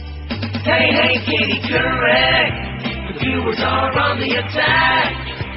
They're too busy yawning and wanting rather fact. Hey, Katie, correct. You're a little too boring to me. CBS trying to justify now your overblown salary. Hey, Katie, correct. You're just an example to me of the lame attempt to boost some ratings. Think I'm moving to ABC. Yeah, I would say the best movie I've seen in about 20 years is that Blowback Mountain, man. It was really great. 11:19 at 560 WQM. Mad Dog coming up at 2 this afternoon. Now, let's see. We got big games coming up. We got the Marlins' last 4 games, which mean nothing. You got the Hurricanes are going to wind up 1-3, I think. They're playing Little Girls team, but they still could lose that game. That's at Houston? No, that's here. Oh, it's there. Well, how many people are going to be there to see Houston? About 30, man. Wow. Going to be lots of empty seats in the bowl, you think? Yeah, especially knowing that it's on the Deuce. Oh, it's on the Deuce. Yes. So you can watch it on free TV or you can go to the bowl and bring your own peary, your pea bag. And then, of course, the Dolphins, that game against... now, that's got to be in Houston, doesn't it? Got to be. Yes. Against the Texans. Well, the Texans couldn't win a fixed game. If you gave them like a 40-point handicap at the start of the game, they still couldn't win. They're pathetic. If the Dolphins lose that game, oh, my God, is there going to be gnashing of teeth or what? I can't even imagine that happening. Can you? Well, you were saying yesterday that you think it's possible. Well, I think it'll be a game. Get out of here. I don't have think you, the Dolphins have you are going seen to blow any them of out. the Houston play this season? I Yes, mean, for like even 2 minutes? Look, I didn't say that they're going to win. I just said that, you know. God. They make Tennessee Titans look like world beaters, like Super Bowl champs. That's how bad Houston is. Let's talk about ladies golf. Come on. Oh, so anyway, speaking of that Bob Woodward interview on 60 Minutes this weekend and that book, and well, I guess he must have got religion or something, Bob Woodward, after all the flack he got for that ass-kissing Bush book he wrote a couple of years ago. Oh, that was unbelievable. Veteran Washington reporter Bob Woodward tells Mike Wallace that the Bush administration hasn't told the truth regarding the level of violence, especially against U.S. troops in Iraq. He also reveals key intelligence that predicts that the insurgency will grow worse next year. Oh, my God. In Wallace's interview with Woodward, to be broadcast on 60 Minutes this Sunday, October 1, the reporter also claims, well, Kissinger, we already just had that, among those advising Mr. Bush, not just visiting every now and then, advising Mr. Bush. Maybe that's why there's all these innocent dead people. Henry's very he's experienced in that. That's one of his specialities. According to Woodward, insurgent attacks against coalition troops occur on average every 15 minutes, a shocking fact the administration has kept secret. It's getting to the point now where there are 800-900 attacks a week. That's more than 100 a day. That's 4 an hour attacking our forces, Woodward says. The situation is getting much worse, he says, despite the fact that the White House and the Pentagon are saying in public the opposite. The truth is that the assessment by intelligence experts is that next year, 2007 is going to get worse, and in public, you have the President and the Pentagon saying, oh, no, things are going to get better, he tells Wallace. Now there's public and then there's private. What do they say with the private? They stamp it secret. No one is supposed to know, he says. The insurgents know what they're doing. They know the level of violence and how effective they are. Who doesn't know? The American public, Woodward tells Wallace. Woodward also reports that the President and Vice President often meet with Henry Kissinger, which we had that before. This is fascinating, Woodward says. Kissinger is fighting the Vietnam War again because, in his view, the problem in Vietnam was we lost our will. Oh, God. Peace in our time. Kissinger's advice in Iraq, he declared very simply, victory is the only meaningful exit strategy until everybody is dead, just like Vietnam. President Bush is absolutely certain that he has the U.S. and Iraq on the right course, says Woodward. Absolutely. So certain is the president on this matter, Woodward said that when Mr. Bush had key Republicans to the White House to discuss Iraq, he told them, I will not withdraw, even if Laura and Barney are the only ones supporting me. I almost said Brittany, because she says we should do whatever the president says. Idiot. Even if Laura and Barney are the only ones supporting me, he said. Woodward reported for 2 years interviewed more than 200 people, including top officials in the Bush administration, to learn these and other revelations that makes his latest book, State of Denial, published by Simon & Schuster, part of the CBS Corp, yada, yada, coming out Monday. State of Denial. I wonder if he interviewed Cleopatra for that. She knows a lot about denial. 1,422 votes. That's almost 500 more than we had last time we took this poll. That means our audience is growing by leaps and bounds, Joel. We've got people, and you know what it is? Because we're not taking those great phone calls anymore when I'm on. That's what it is. What? You miss them? Yeah, a lot. Like a gigantic tumor. Yeah. Oh, yeah. The thought of that. The thought that even anticipating sitting down here wasting my time with that garbage is so ludicrous, man. Ludicrous. How's he doing? How's Lucifer doing? Oh, he's just fine. Just talk to him. Derek Z. Jackson in the Boston Globe writes, multiplying the enemy. He says, President Bush first declared Iraq to be the central front in his war on terror in the nationally televised address September of 2003, just before the second anniversary of 9/11. 2 years ago, I told Congress and the country that the war on terror would be a lengthy war, a different kind of war fought on many fronts in many places. Iraq is now the central front, he said. Even then, top intelligence officials were worried about such rhetoric. The very next month, the National Intelligence Estimate warned in a story unknown until Knight Ridder broke it this year that the unrelenting violence in Iraq after the U.S. invasion was over local conditions and the presence of U.S. forces. It was not inspired by foreign terrorism, as the White House kept on saying. Frankly, senior officials simply weren't ready to pay attention to analysis that didn't conform to their own optimistic scenarios. Robert Hutchings, chairman of the National Intelligence Council from 2003 to 5, told Knight Ridder, despite every rationale for the lengthy war being proven false, the Central Front Declaration remains the centerpiece of propaganda. Bush repeated the Central Front line 2 times apiece in fundraising speeches last week in Orlando and in Tampa. In the Tampa speech, he said, Iraq is a central front in this war on terror, and we've got a plan to defeat the enemy. This rhetoric is a central affront to the American people. His plan is multiplying the enemy. The Iraq war has made the overall terrorism problem worse, a U.S. intelligence official told the New York Times in a story Sunday on that classified NIE report on the terror threat. The estimate represents the consensus conclusions of all 16 U.S. spy agencies. In its story on the estimate, the L.A. Times quoted another intelligence insider as saying, things like the Iraq war have given the terrorists recruiting tools and places to fly their trade and training ground. The Washington Post version said the invasion and occupation of Iraq is now the leading inspiration for new Islamic extremist networks and cells united by little more than an anti-Western agenda. As the White House boasted incremental victories as individual al-Qaeda leaders are killed, the NIE estimate says that terror networks are spreading like cancer around the planet. Even though al-Qaeda leader Osama Imam is himself on the run and much less able to personally direct attacks, according to the Post account of the National Intelligence Estimate, his status as the ideological leader of global movement that appeals to disaffected Muslims has vastly increased. Hutchings, now a diplomat in residence at the Woodward Wilson School at Princeton University, said nothing about the new estimate surprises him. He warned publicly at the beginning of 2005 that Iraq could replace Afghanistan as a magnet for international terrorist activity. It's a maggot. He said Monday over the telephone, us against them is one more enemies than anything else. In a speech he gave at the University of Virginia 2004, Hutchings counseled that we should not assume that we and they have nothing in common. Our frame of mind, even as we're waging a resolute campaign against international terrorism, should be that we are not engaged in a fight to the finish with radical Islam. This is not a clash of civilizations, but rather a defense of our shared humanity in the search to find common ground. Yet just this month in his address on the 5th anniversary of 9/11, Bush upped the ante in that kind of rhetoric as well. This struggle has been called a clash of civilizations, he told the nation. In truth, it is a struggle for civilization. Hutchings said the latest news should not disintegrate into a partisan hammering of Bush. I don't think the Democrats have covered themselves with glory on Iraq, he said. What concerns him, he said, is that for the U.S. to have any chance against terrorism, U.S. leaders have to drop the stark war terminology. We can't kill enough people to keep us safe, Hutchings said. It's not a matter of being tough or soft on terrorism. It's a matter of being smart. He said a smart policy would be one that delegitimizes jihads by delinking them from legitimate regional economic and political grievances. Right now, we throw everything into the war on terror, he said. We're throwing it in there. You know what I'm saying? Mm-hmm. Like a lot of dead people. 1,429 votes, man. Oh! Front page, Washington Post. The biggest names, the best talent. This is Neil Rogers, Sports Radio 560 QAM. Smell it. You falsely accused me of giving aid and comfort to bin Laden because of what happened in Somalia. No one knew Al-Qaeda existed then. If you're wrong and you know it, blame Clinton. If Osama is still going, blame Clinton. You fairy. If the deficit is growing and the economy is slowing, no matter where you blow it, blame Clinton. Absolutely. If you're wrong and you know it, blame Clinton. Doi, doi, doi, doi, doi. If corruption is still growing, blame Clinton. Doi, doi, doi, doi, doi. If the Middle East is going all to hell and it's showing, if terrorism's growing, blame Clinton. All right. Richard Clark and all the intelligence people said that I ordered a vigorous attempt to get bin Laden and came closer apparently than anybody has since. All right. And you guys try to create the opposite impression when all you have to do is read Richard Clark's findings and you know it's not true. It's just not true. Just not true. Read the damn book, you jackass. Liars. Me fired up when I hear someone say that. That's right. 27 till noon at 560 WQM, where we lie a lot, okay? The first thing they got to do is get rid of that crap about sports talk radio. Why can't they just talk and entertainment? Remember that happened somewhere else? Somewhere else, right. No, seriously, sports talk my ass.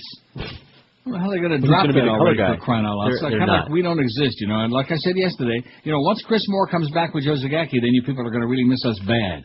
And Clarence is going to say, oh, gee, how come we got a 1 share now? We used to have like 8s and 9s and 10s at midday. Oh, I don't get it. 1,440 votes. That's almost 500 more than we had last time we took this poll years ago. Of course, we had no audience back then. Although we had a little bit, slightly bigger audience. That's before Broke Your Back Mountain came out.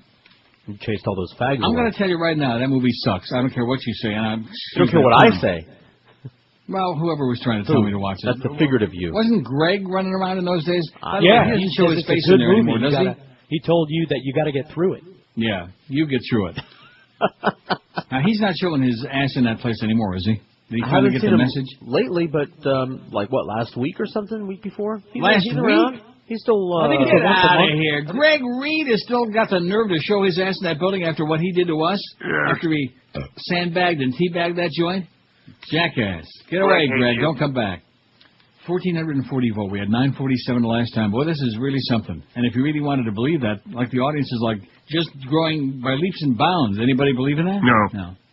Sex could be the undoing of a family values Republican. How do you like that?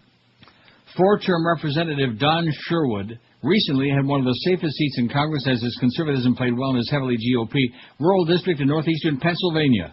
Democrats didn't even bother fielding a candidate in the last 2 elections. But last year, Sherwood admitted to a 5-year extramarital affair with a woman 35 years his junior. He settled a lawsuit claiming he had choked her. Constituents were stunned. Many of them turned angry, and some may be turning to his Democratic opponent. Sherwood won the GOP primary with only 56% of the vote, even though he faced a political novice who spent less than $5,000 on her campaign. I made a mistake and that hurt my family and has disappointed some of my constituents, Sherwood said in an interview.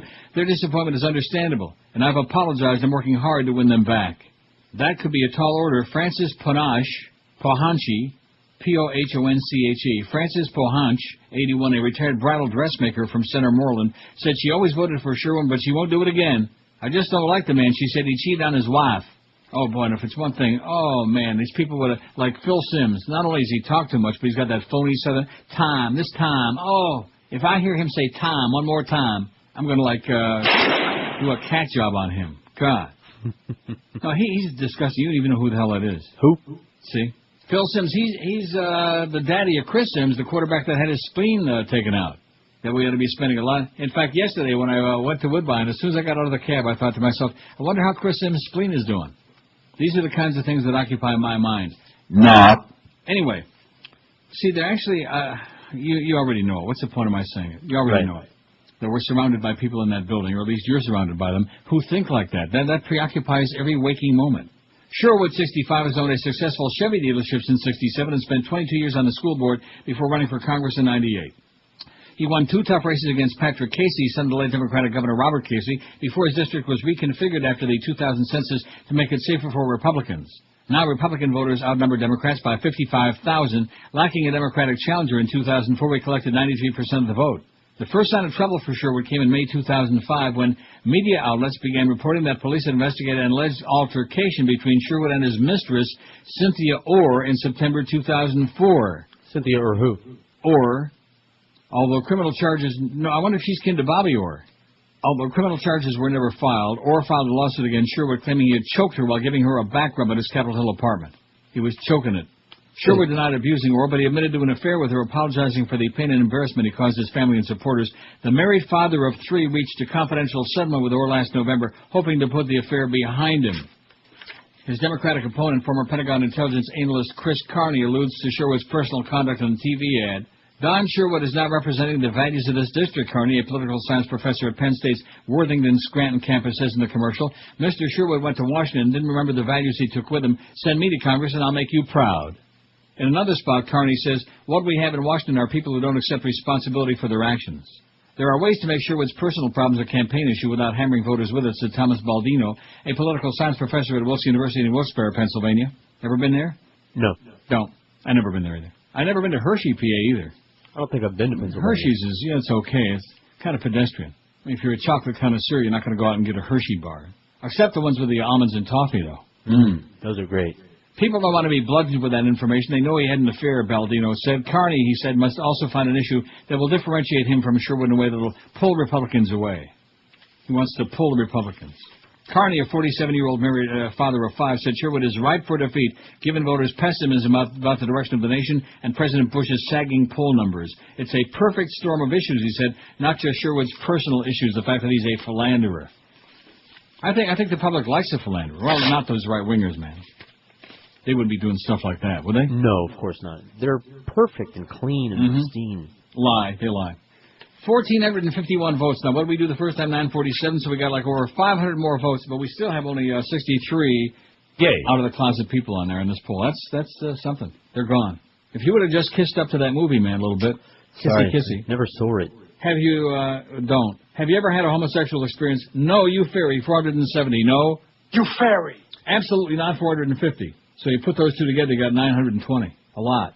A few experiences, 171, like maybe 700. Yes, once, 155. Of course, I'm Hispanic, 117. That's 5 more than the first time we've done this. We're picking up on some of your maricones, bugarons. Yes, I'm gay, 63. Still 14 short. Gay. Still short. I looked. And I hate this poll. Only 2%. In other words... About 30, man. Say they hate this poll. They like it. In fact, maybe if they like it enough. See, there he goes again with that homosexual agenda, trying to get people out there to try stuff. You know what I'm saying? No thanks. You know what you are. You know what I'm saying? You know. In between your ears, you know exactly. These people, I'm confused. No, you're not. You know what you are. It's like when you sit down at a restaurant and you get a beautiful, thick ribeye steak, you know, a juicy, delicious ribeye steak cooked to perfection like at Ruth Chris. Yeah. And you take the first bite and it just melts in your mouth and you're like, oh, man. You know what you like, right? Yeah, it's orgasmic. There you go. Or like if they put down like some greasy French fries on the table. The biggest names, the best talent. This is Neil Rogers, Sports Radio 560 QAM. Neil God.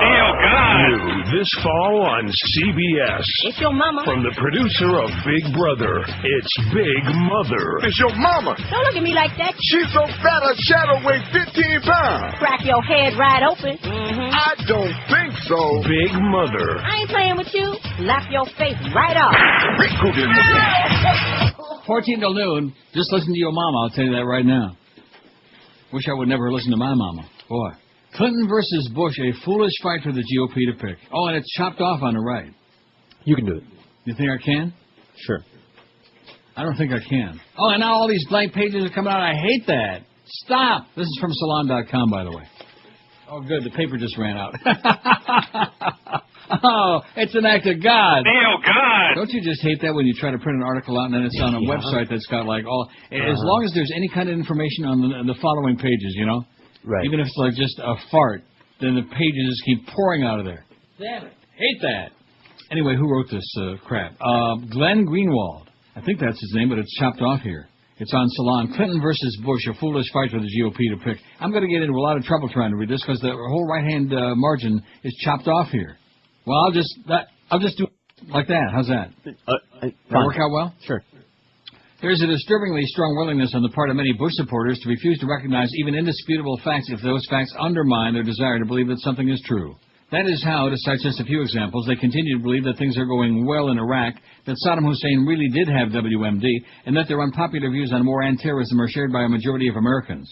But it's difficult to recall anything that more vividly illustrated this fact-denying dynamic than the reaction of Bush supporters to Bill Clinton's now famous interview with Fox News' Chris Wallace. One right-wing pundit after the next has claimed that the prominent reemergence of Bill Clinton into our nation's political debate is somehow harmful to Democrats generally and to Hillary specifically because it reminds Americans of Clinton's deficiencies as president. But that view is premised on a belief that's the opposite of reality. In stark contrast to George W. Bush and Republicans generally, Bill Clinton is a highly popular person among a wide cross-section of Americans, without question one of the most admired living political figures in the country, in the USA. A July 2006 Time poll asked Americans, based on what you remember from President Clinton's administration, do you approve or disapprove the job Bill Clinton did in handling his job as president? 70% said they approved, while a mere 27% said they disapproved. Clinton was very popular while in office and has become even more popular since. It's like Pop had Clinton, look what we got. That kind of deal. You know what I'm saying? How could a rational person argue that the reemergence of such a popular Democratic figure could be harmful to Democrats and helpful to Republicans? Republicans appear to have gravely miscalculated in provoking Bill Clinton into the debate over the Bush administration's terrorism policies.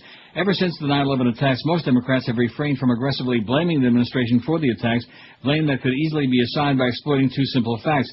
One, the 9/11 attacks happened while Bush, not Clinton, was in office. And two, Bush received the August 6th presidential daily briefing, embarrassingly titled Bin Laden Determined to Strike in U.S., and apparently did nothing in response. With some scattered exceptions, both parties seem content more or less to maintain a truce with regard to casting blame for the 9/11 attacks by agreeing that few people in either party recognized the magnitude of this threat until the attacks happened. But ABC's broadcast of the right-wing propaganda film Path to 9/11 forced into the public discourse a comparison of Bush versus Clinton on the question of terrorism. And the subsequent attempts by right-wing pundits and journalists to heap the blame for terrorism on the Clinton administration left Clinton with no choice but defending himself aggressively. Following the Wallace interview, Condoleezza Rice accused Clinton of making statements about the Bush administration's pre-9/11 anti-terrorism efforts, or lack thereof, which Rice said were flatly false, comments that in turn prompted an aggressive response from Hillary Clinton. As Peter Baker put it in this morning's Washington Post, the election year debate has triggered a full-blown spat between the camps of President Bush and former President Clinton as the two sides trade barbs over who was more responsible, who did more, for failing to disrupt al-Qaeda before it could attack the U.S. on 9/11. But it seems foolish on its face for Republicans to pit their highly unpopular president against a highly popular Democratic ex-president, especially when it comes to assigning blame for attacks that occurred on the Republicans' watch. And polling data is beginning to illustrate just how foolish this was for the GOP to pick this fight. A new Gallup poll released today reveals that a solid majority of the American public, 53 to 36%, puts the primary blame on Bush rather than Clinton for the fact that Osama hasn't been captured. And while Democrats and Republicans predictably split on this question along partisan lines, independents overwhelmingly blame Bush over Clinton, 58 to 31%.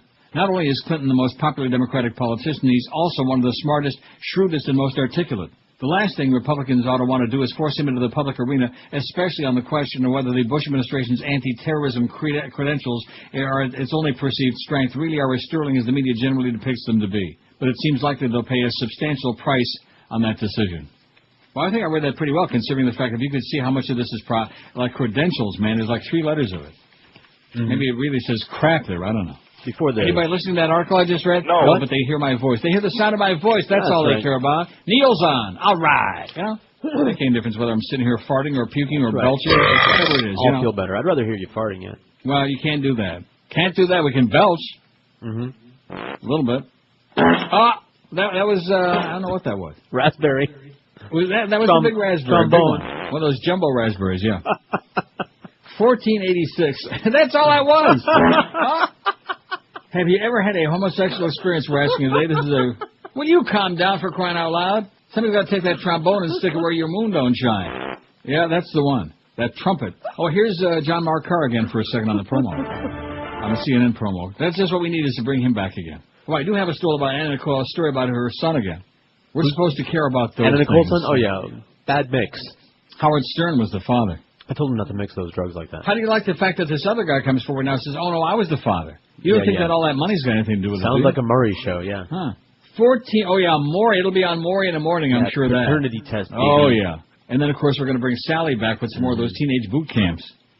And you know what they got now on MSNBC, which really is depressing because I do love the Oberman show Countdown, but, you know, and I hate CNN like poison, so every now and then if, like, something I'm watching ends and I'll flip back over to MSNBC. And I do like those investigative reports things with John Siegenthaler. Have you ever watched those? Some of those are pretty interesting. No? No.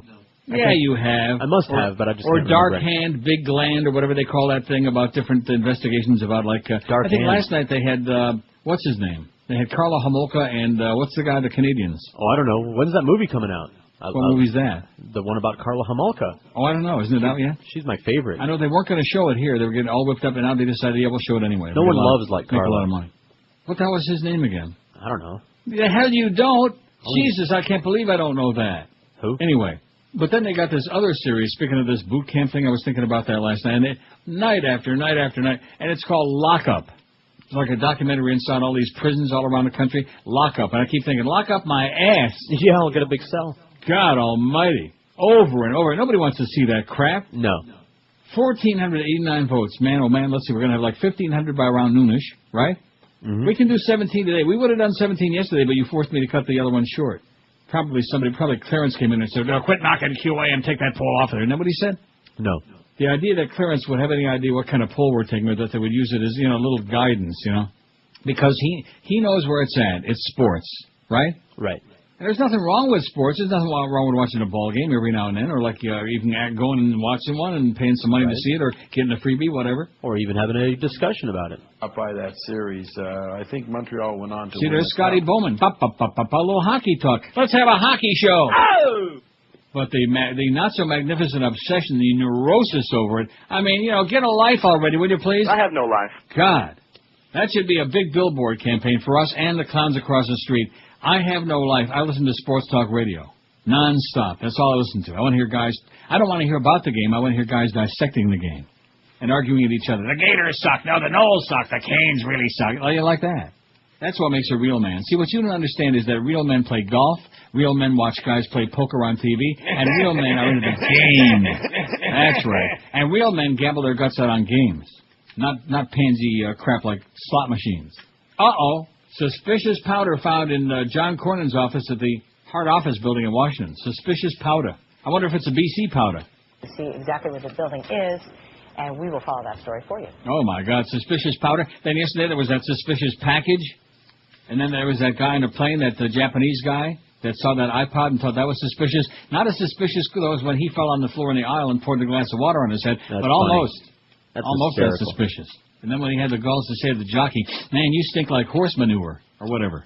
Maybe that was the deal. Maybe the jockey was sweating. Maybe he rode in 5-6 races that day. Who the hell knows? Or maybe he just had some old boots on, These boots are made for stinking. Remember that by Nancy Sinatra? Sure. Boy, did she ever. She couldn't sing her way out of a paper sack. She didn't have to. Kind of like her brother and just like her daddy, too. Couldn't sing for crap. Why are you picking on dead people now? Isn't he dead? Who? I know he got kidnapped, but I think Frank Sinatra Jr. Yeah, I don't know. And nobody cares. Now, she's still alive, I'm sure, right, Nancy Sinatra? Yeah, she is. Boy, could she belt out a tune or what, huh? What? No. She couldn't. Oop. That would have been bad if I'd have stepped on her boots, because God only knows where she's been walking. $14.93. If I'll ever shut up and get to that break, we'll have 1,500 by noon. The biggest names, the best talent. This is Neil Rogers, Sports Radio 560 QAM. This is Head of Homeland Security Tom Ridge, advising you to put duct tape on your radio when I raise the warning color to pink for the Neil Rogers 12 to 1 hour.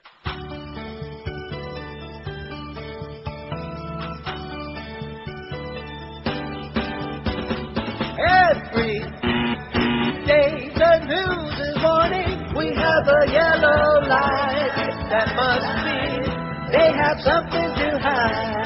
That's how they manipulate headlines. What's screaming any kind of subterfuge useful like a yellow light designed by the corporate media right. And that's why we have a yellow light. Can't explain the meaning of what these lights do. So come with sit at his desk with a set of blow pens and noodles cartoons. Anytime they want to confuse the news, they have a yellow light. You fairy. Something they can't define. That's why we have a yellow light. A big Well, we made it. We got to 1,500. In fact, we got 1,501 vote on the poll now. We need to add a couple more choices on there. Can you handle it? Yeah. How about I'm bi? Okay. No? Of course. I'm bi. And what about I'm a screamer? Remember that song by the Monkees, I'm a screamer? No. Well, what's wrong with that? I'm bi or I'm a screamer. Then we have somewhere for Carlos to vote. Freaky Carlos. Your good, close, personal friend. How come Joe Costello hated him like poison? Carlos tried to hit on him one time or what? Yes. No, he did not. Get out of here. Yes. He did? Yes. Get out of here. Get No. away. No. Stop. Stop No. with the BS, man. No. All right, I'm making it up. So what is the answer? You give me about 5 yeses and 16 no's. What's the answer? Maybe? Joe wasn't sure. Well, according to Joe, yeah, he did. That's just... Listen, this business of hitting on people in the workplace, that's unacceptable. That's what Greg told me. Anyway, And speaking of Greg, when you tell me that he's actually been in that building in the last couple of weeks or so, if I was Joe Bellman, I'd put a hit on that bastard. Get him out of there. Wasn't bad enough he left a mess like he left? My God. It's like he left 16 colostomy bags all over the hallway in that place and just pulled and ran out. Good golly, Miss Molly.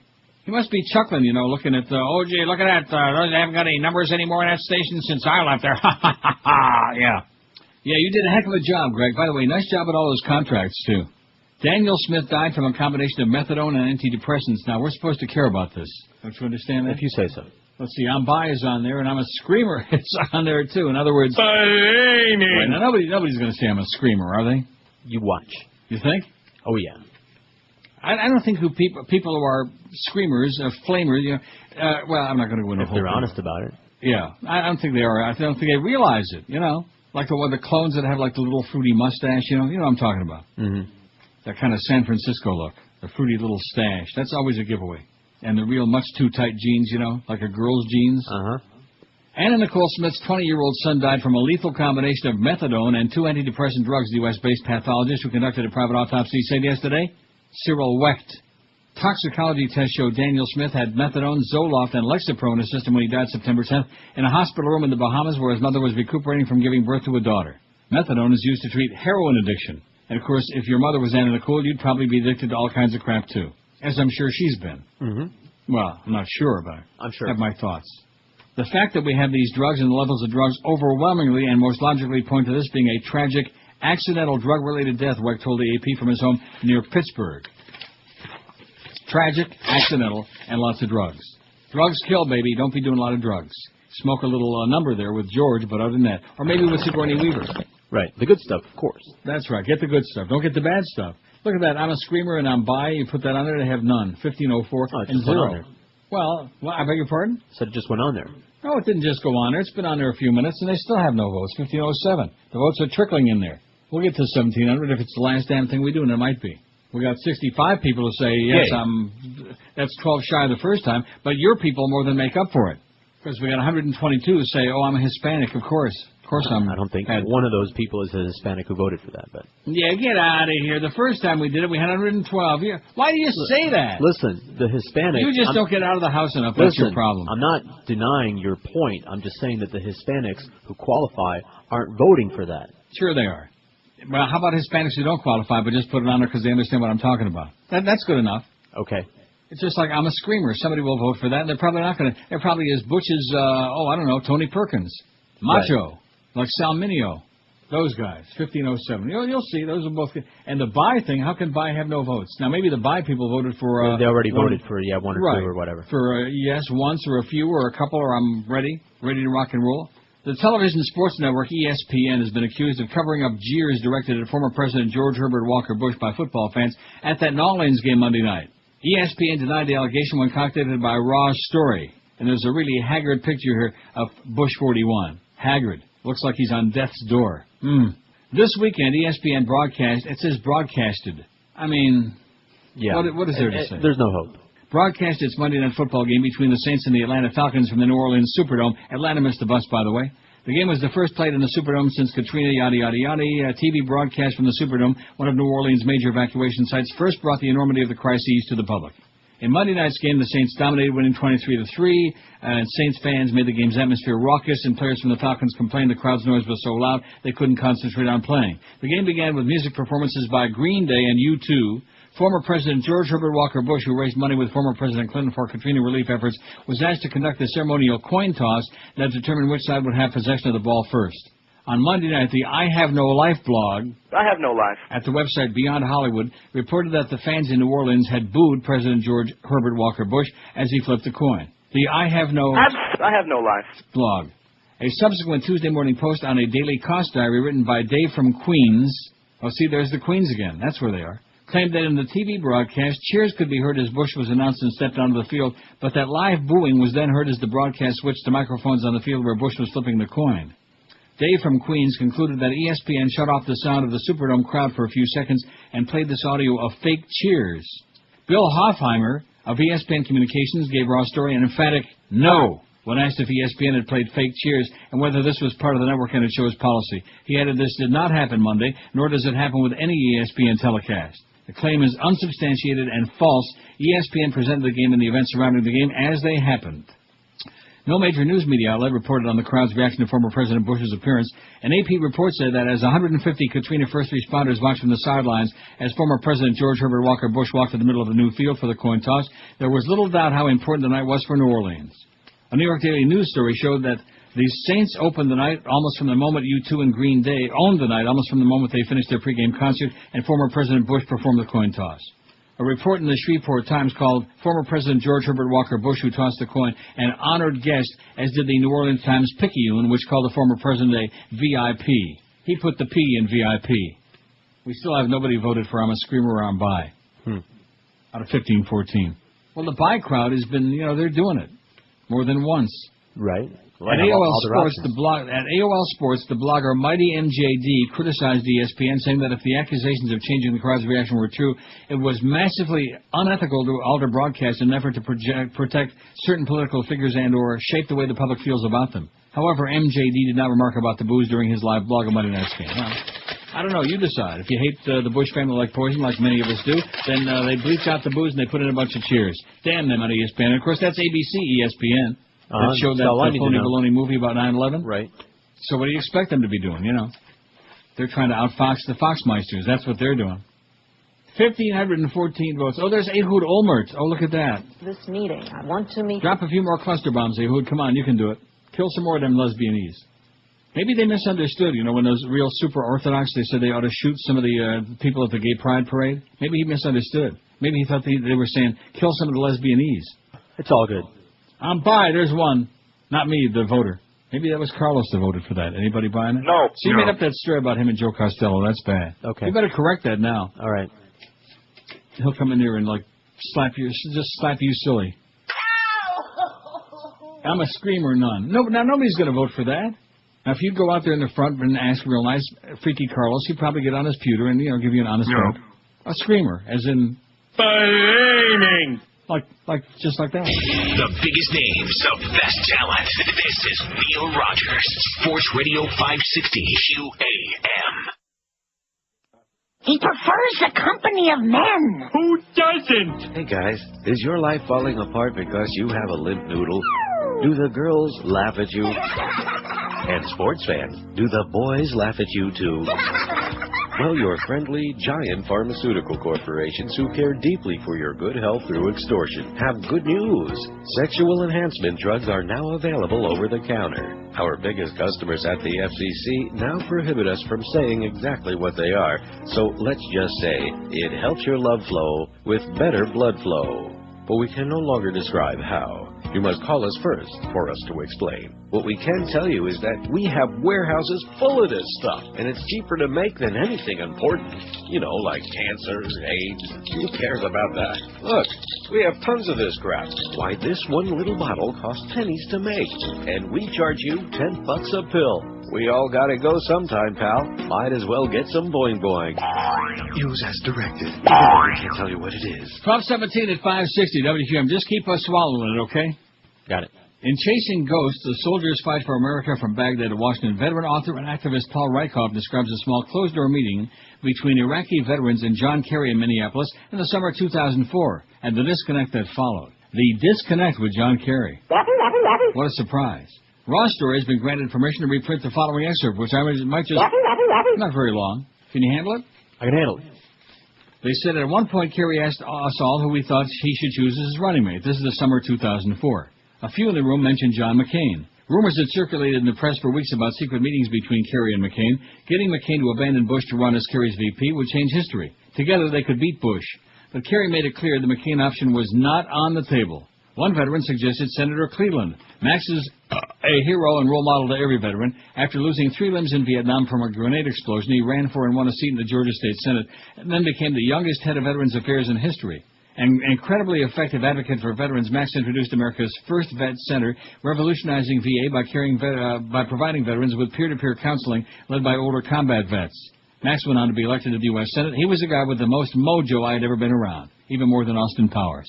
But Max wouldn't be Kerry's choice either. Instead, Kerry asked us about Dick Gebhardt. Everyone reacted tepidly, like that, tepidly, lukewarm. Then I proposed Wes Clark, arguing that in times of war, Americans trust a general. Generals project strength, which Democrats seriously needed, and Clark would bring in the most independents and Republicans. I came back from Minneapolis sorely disillusioned and angry. John Kerry was not the passionate activist he had been 30 years ago. About 30, man. He seemed like a good man, but over the decades in Washington had morphed into a calculating and coached politician. A few weeks later, ignoring our advice, Kerry chose Senator John Edwards' politics as usual. Campaigning that summer for election in 2004, an election that would have an atomic blast impact on the course of history, the Democrats didn't have the foresight or maybe the guts to carve out a real policy on Iraq. After the initial flurry of media coverage following my radio speech, the Democratic leadership made a strategic decision not to focus on the war in Iraq. They didn't view it as a winning issue. There were no Iraq veterans among Kerry's inner circle of advisors briefing him on the state of the war. We had tried to get through to him. We thought he'd appreciate what we had to say. In the summer of 2004, a friend of mine, an impassioned Iraq veteran, drove 4 hours to meet with the Veterans Outreach Coordinator for the Kerry campaign 2 days after he got home from Iraq. This guy had been stationed at Abu Ghraib without proper body armor. When his mother bought him some real bulletproof armor on eBay and sent it to him in Iraq, the media got wind of the story and published a slew of articles about the under-equipping of the military. So the soldier thought that the Kerry campaign would be happy to receive him. But when he arrived at the Kerry headquarters, the staffer said she didn't have time to meet with him. He protested, and somehow a staffer found time to meet with him in the lobby. He gave her about a dozen articles from major media outlets talking about the body armor story, including one in which John Kerry himself talked about his family by name on the floor of the Senate. She said, "Don't call me, we'll call you," and thanked him for his time. He said, "Can I see the headquarters?" She said, "No, for security reasons, no." He told her he had a security clearance and had guarded members of Al-Qaeda, but she said, "Sorry, rules are rules." Later, he went to a press conference to defend Kerry from the Swift Boat veterans. Kerry's cronies actually forbade him from speaking, or is that forbade him from speaking to the media, and they hid his famed body armor in a box under a table, telling him to stay on message. Clearly, the John Kerry of 1971 never could have gotten in to see the John Kerry of 2004. I realized then that I had no candidate and no party. Just as in Iraq, veterans back home were given limited resources, left to fend for themselves and to make their own plans. A tremendous gap between the public and the truth existed in the national dialogue about Iraq because the first-hand perspective, which only those who served on the ground could provide, was not being told. How do you like that? Told you they're all in on it. Weak-kneed John Kerry, huh? So they're all bought off. Are you being cynical again about the American political system? I'm being realistic. Good. 1,538 votes on the poll. We got a shot at getting to 68. Well, we might make 17, but I doubt it, though. I mean, this isn't a question. I mean, this is just a, you're just checking in here, that's all. But I have like 25,000 already. I think Joel's got a point. Once upon a time, back in the day, if we'd ever done this poll on IOD, can you imagine we'd had like 40,000 votes on there, right? Right. No. Have you ever had a homosexual experience? 1,538. No, you fairy, 491. Absolutely not, 476. So there's almost 1,000 right there. A few, 180. A few experiences, like maybe 6, 7, 8, 9. Yes, once, 163. Of course, I'm Hispanic, 123, and George doesn't believe any of it. He says, you're all making that up to make him look bad. Keep changing what I'm saying. Yes, when you relax. Jesus, God, is he uptight about that or what, Josh? I'm uptight about you changing what I'm saying. So who cares? Me? Who cares? Why? What, that somebody says something and you say the opposite? Right. You're right, who cares? You've been doing that to me for, 100 years now? I've been doing that to you, yeah. Or have I been doing that to you? Well, whatever. Yes, I'm gay, 68. That's 9 short of the 77 in that first poll. Well, we lost 9 people, Maybe they moved away. I hate this poll, 33, 2.1%. I'm bi, 3, and I'm a screamer, solamente uno, but we got one. We got a screamer. So you must have gone out there and told Freaky Carlos to vote, huh? Twice.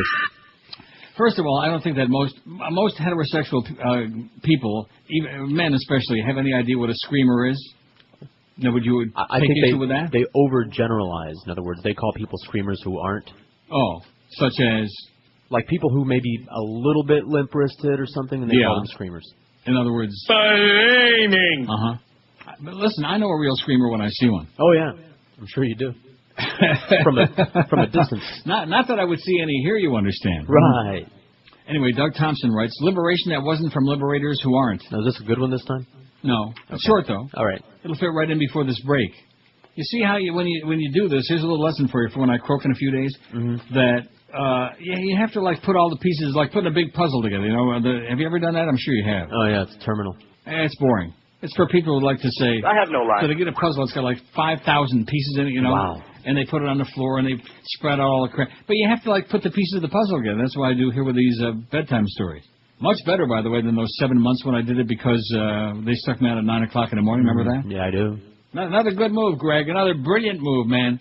They've done everything they can to sabotage this show in these 8.5, 9 years, whatever the hell it's been. And we're still here, still going strong, still going something to the toilet. Doug Thompson says, of the many lies told by the Bush administration about the invasion of Iraq, and there are now too many to catalog, few stand out as prominently as Vice President Dick Cheney's continued claim that the Iraqi people see Americans as liberators. My belief is we will, in fact, be greeted as liberators, Cheney said on Meet the Press, March 16, 2003. I really do believe we'll be greeted as liberators, he said on Meet the Press, September 14, 2003. I said we'll be greeted as liberators, and we were, he said again on Meet the Press, September 24, 2006. Say what?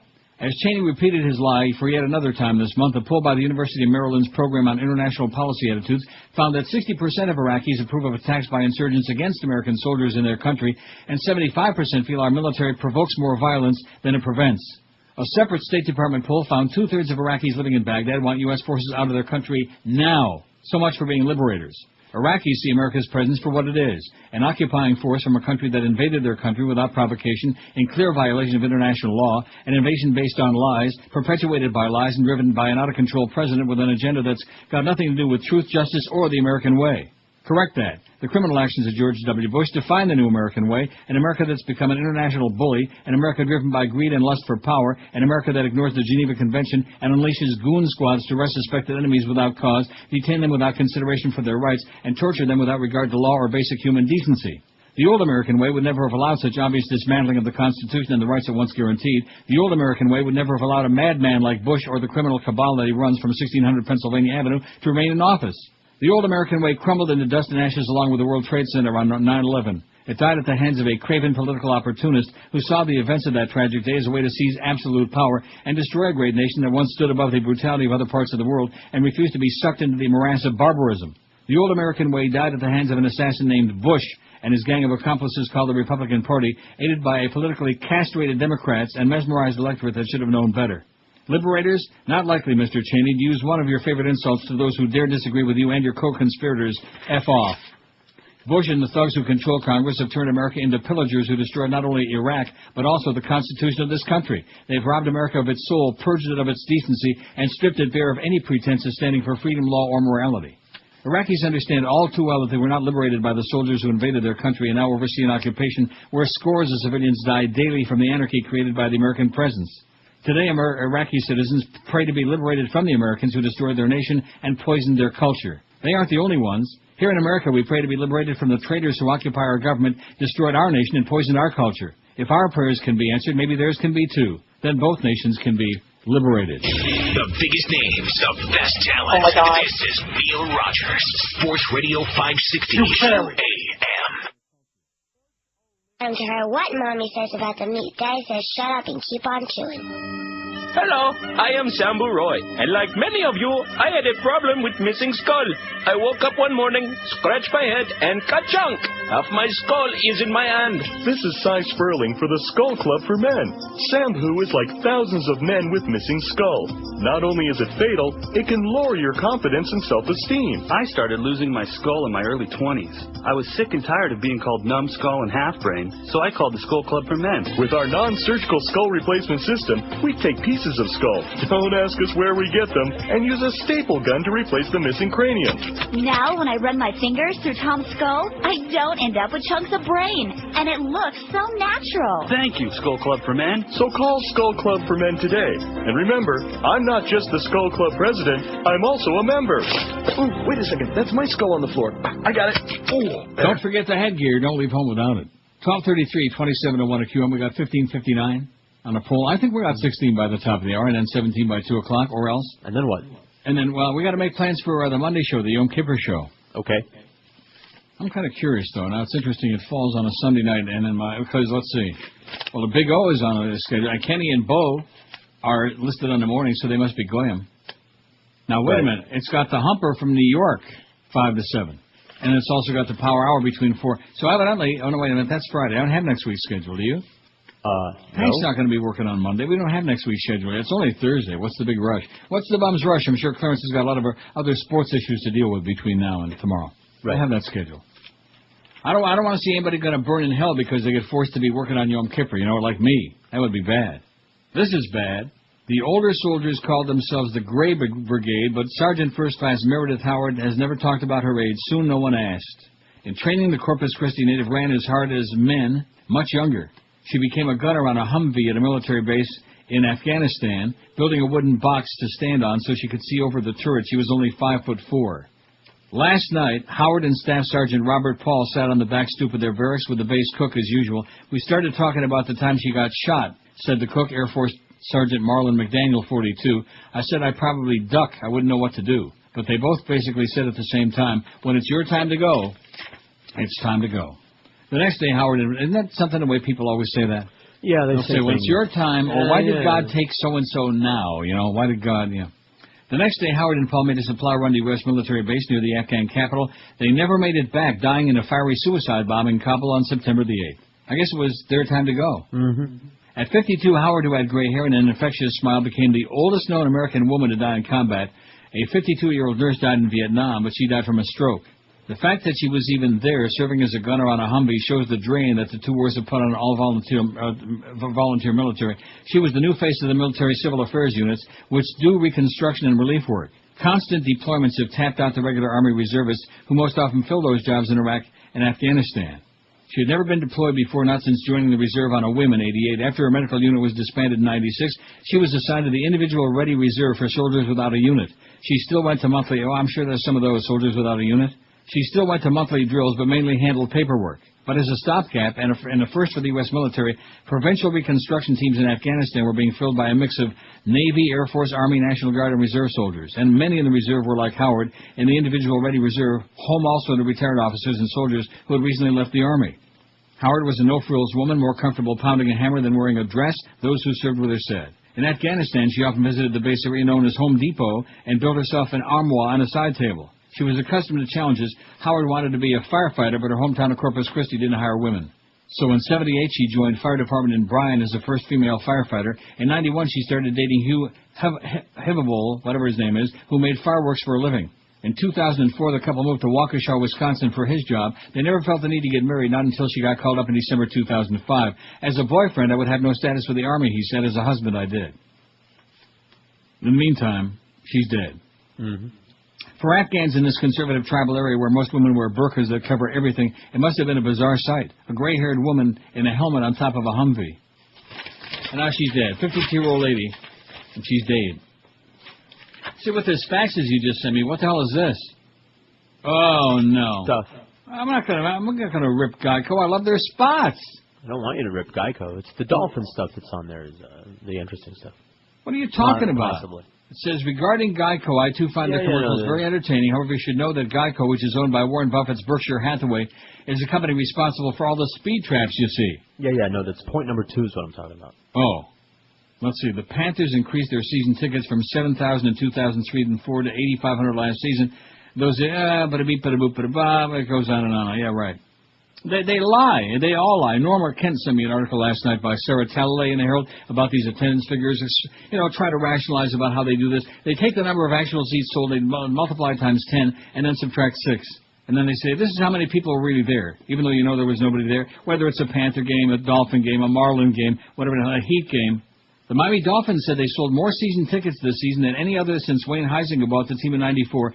The 61,121 season tickets sold for the season is 14% higher than the football team's season ticket sales last year. Must have been that great change they made over to the other station. I think that's it. Jimmy Syphilis. Had to be. Plus, the Dolphins are still selling season tickets for this year's 6 remaining games at Dolphin Stadium. The stadium in Miami Gardens has a 75,000-seat capacity for football. Anyway, why is this interesting? Oh, I don't know. I thought it would be. It says, lastly, there was a local establishment that will have slots up and running in a couple of weeks, but I can't name them because they'll compete with a sponsor of yours. Also, please get caller ID so you can start. I don't want caller ID, and I don't want to take calls again, Andy, in Miami Beach. Get lost. That's got nothing to do with it. Caller ID is if we don't know, get out of here. Take a hike. Long. I told you there was a long ponderous fax, and you sucked me into reading a damn thing. Sorry. Andy in Miami Beach, my ass. You know damn well it's got to be Andy in Hollywood. There can't be 2 people with that name equally I have no line. Crazy. Like, who cares about all of that, okay? I saw, parts of that game, like a few minutes on it. There was nobody there the other day. There were like maybe 60,000 people. Even the newspapers admitted that. Oh, but it was a sellout. Well, yeah, sell this. 1,500 and what? I'm trying to refresh this damn thing. They must all be voting on it now. What are we going to do on Yom Kippur? 1571. Have you ever had a homosexual experience? Why are we taking this poll? Because we can, for the hell of it. Because we took it a few years ago, just to see the comparison. And boy, we are losing that audience, man. You better start talking more about that movie when you're on. That's what it was. See, when you're on the air, and of course you were on a lot during the summer, too much of that hetero crap. Sorry about that. So you didn't say a damn word about James Franco and how hot he looked. None. I'm trying to make up. Not a word. I got my wallpaper on there. Which one was that? That Flyboys. Oh yeah, you actually saw a movie with James Franco, and you said it was like that. But he was in it. Was he naked? No. Damn it. Have you ever had a homosexual experience? No, you fairy 503. No, you fairy. Absolutely not 488. So you put that together, you got 991, almost 1,000. A few, 182. Yeah, I say 182 is a few experiences. Yes, once, 165. Just one time, just a little dabble, do you? Of course, I'm Hispanic, 125. Yes, I'm gay, 69. Gay. Uh-oh. I hate this poll, 34. I'm bi, 4, and I'm a screamer. We've got one screamer out there. The biggest names, the best talent. This is Neil Rogers, Sports Radio 560 AM. Ward, not as pedophile. As a public service to our loyal listeners, 560 WQAM keeps you updated with the latest on our most beloved personalities in Where's Mo? Welcome to Walmart. Welcome to Walmart. Look at you, you fat bitch in the green robe pants. You haven't tasted pants. Can't find a belt? Yeah. Welcome to Walmart. I hope they don't lock me in tonight. Welcome to Walmart. Welcome to Walmart. You want a card? Now, see here. I'm offering you this card. Now, take it. But I don't want a card. What? You're going to take this card if I ever... 1246. We know damn well where he is. He's right over there at 850 WFTL. 850 on your dial. Anybody listening over there? No. They show up in the book? No. Who the hell are we to talk? Katrina Vandenheuvel writes, suppressing the vote. I don't want to read all this depressing stuff. 1,580 votes on the poll. We'll have that 1,600 before you can say, oh, my God, it's Mo again. Who did Mo? She says, with Election Day around the corner and concerns about another voting debacle of Florida 2000 proportions running high, especially given problems at primaries this year in Maryland, Ohio, Illinois, and several other states, Republicans in Congress are on the job and doing everything they can to further disenfranchise voters. Rather than taking the necessary steps to strengthen, expand, and improve the democratic process, the GOP has launched a new effort to create modern-day Jim Crow exclusionary practices through new voter ID requirements. The House recently passed a bill along party lines requiring voters to present a photo ID beginning in 2008. Starting in 2010, voters would need to pay for a government-issued proof of citizenship, a virtual poll tax. This shameful legislation was passed just months after the reauthorization of the Voting Rights Act, when President Bush declared the right of ordinary men and women to determine their own political future. If the House bill passed, the Senate became law, the electorate would likely become more middle-aged, whiter, and richer, and its sponsors are anticipating more Republican, the New York Times wrote in a recent editorial. Demos, a national public policy organization, reports that the legislation would disproportionately impact people of color, individuals with disabilities, rural voters, people living on reservations, the homeless and low-income people, all of whom studies show are less likely to carry a photo ID and more often have to change photo ID information.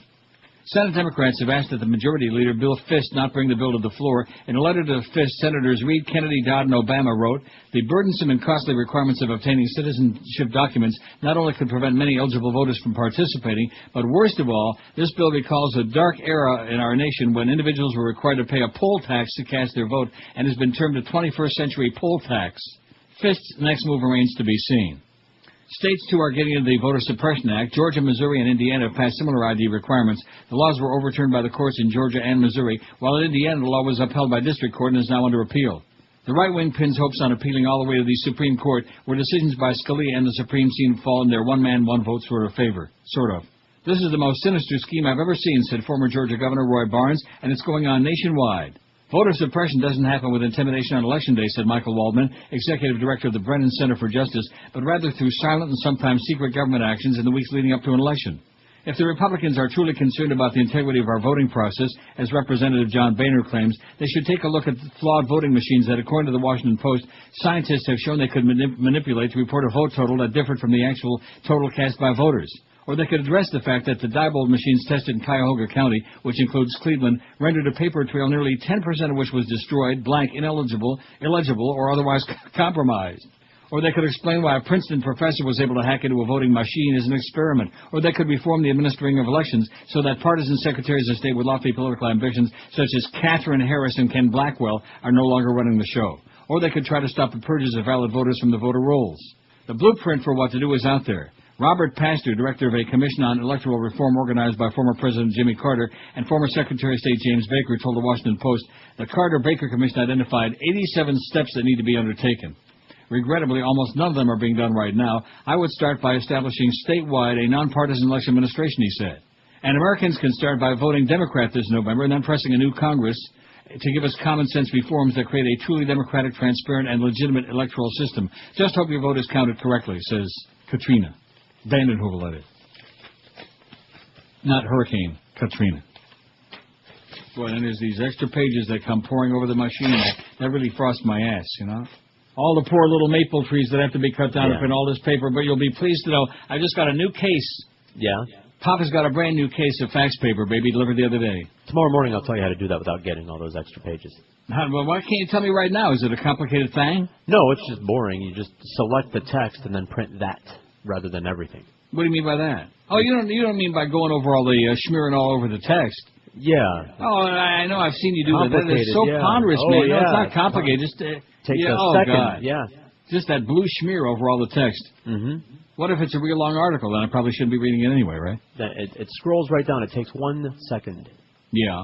Okay, well, let's see. Let me go back to the article, whatever. Start in the upper left-hand corner and just drag 5092 on the pull, by the way. Drag it across the text. We're going to do it.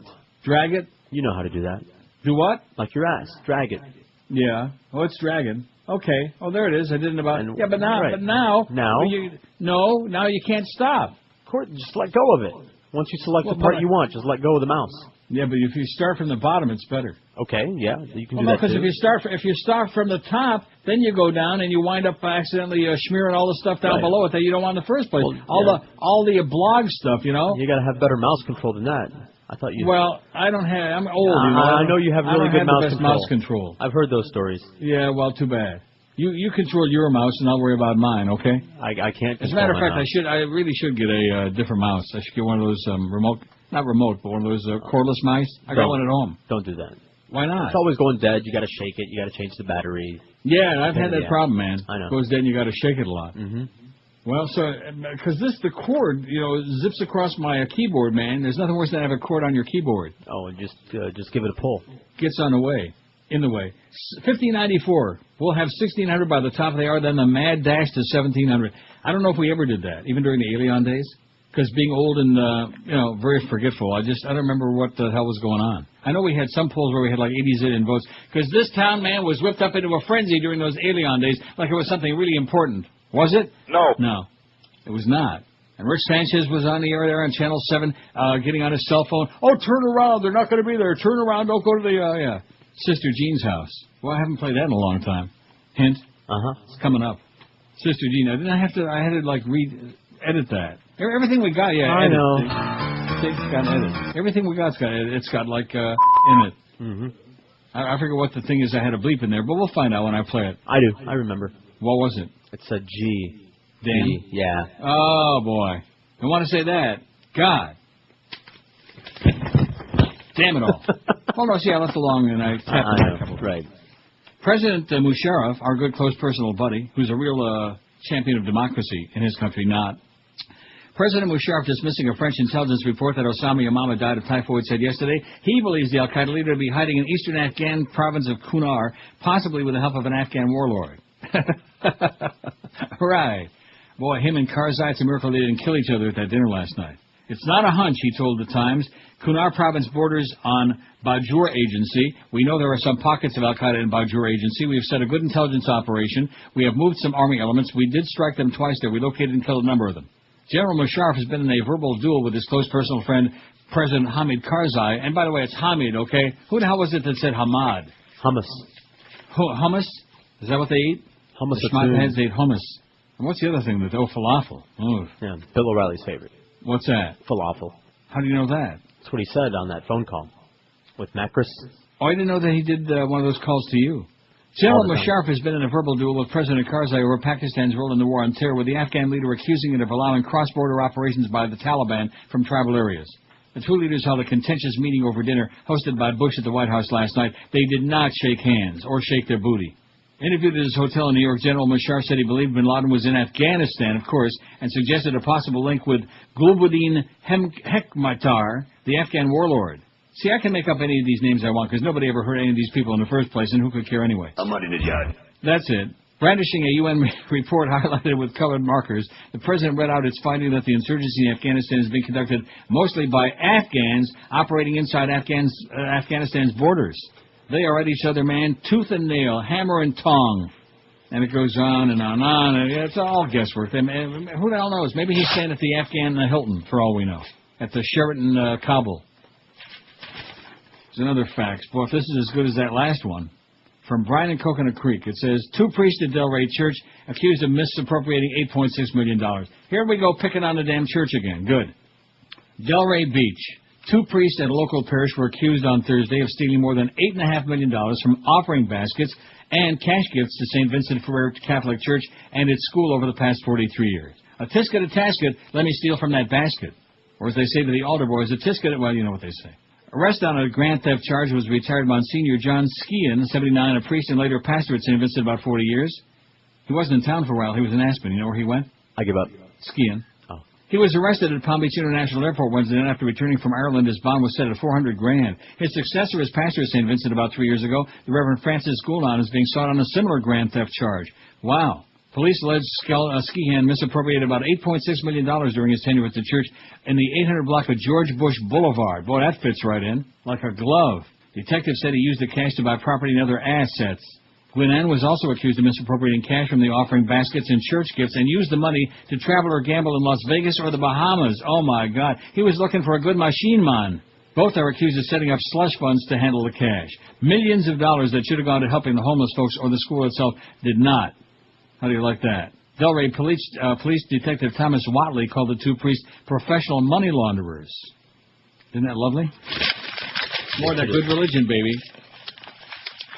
More of that good old-time religion. You suckers keep going and keep putting the money in there. And then, of course, they're all going to be going to shul again like they did on Rosh Hashanah. The Jews are going to be schlepping the shul for Yom Kippur again. Baruch atah Adonai, put on a better skull cap. And all this crap. The biggest names. Get with it. Get a life already, will you please? I have no Get a brain. Sports Radio 560 QAM.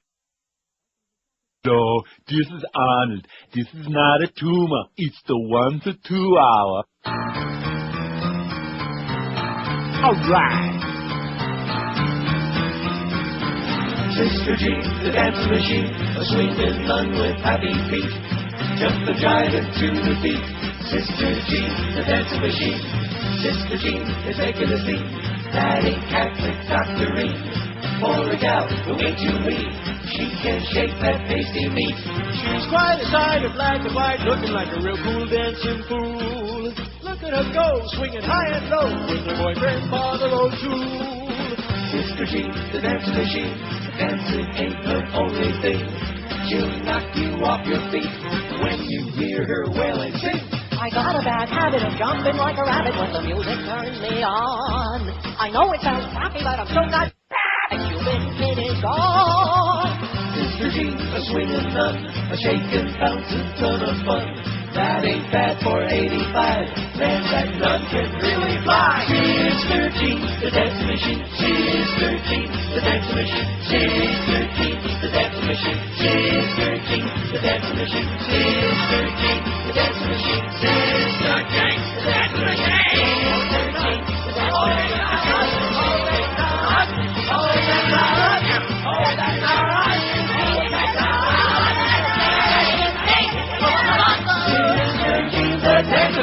Boy, that was a bad edit by me in there. I'm going to have to redo that where it goes, God, whatever it was. It was good enough. It was not. It's embarrassing. Almost as embarrassing as this fax that you think I'm going to read. Do you really think I'm going to read this?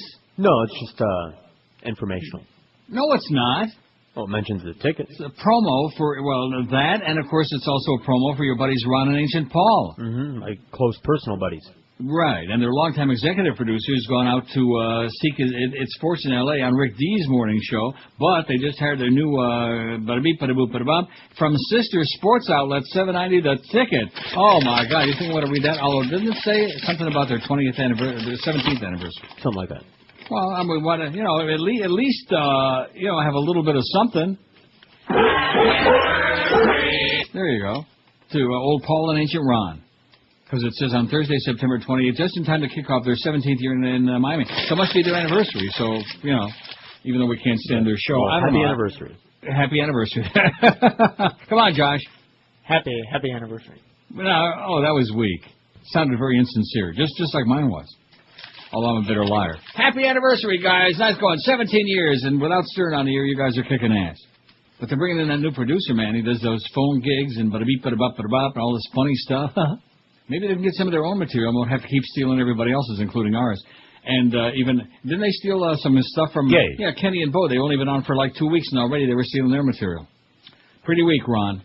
1,614 votes on the poll. We'll make that 1,700 by 2 o'clock, and then I'll come back again tomorrow. Tomorrow's Friday, isn't it? Oh, thank the Lord. I know. I've never been too much into that TGIF crap. It sounds so corny, although now that I'm back to this 5-day-week schedule. Plus, this business of sitting here and rambling on. See, I do 3 R's, man. Rambling, ranting, and reading for 4 hours. Sure. Isn't that what this show is all about, the 3 R's? Reading and writing and rambling. Yeah. And ranting. And Rogers. Oh, God!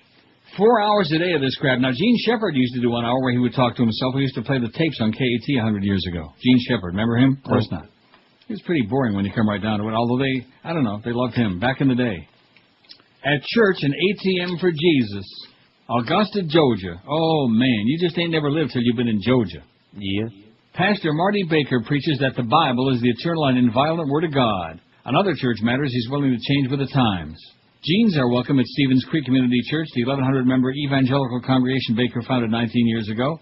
Sermons are available as podcasts, and the Electric House Band has been known to cover Aerosmith's Dream On.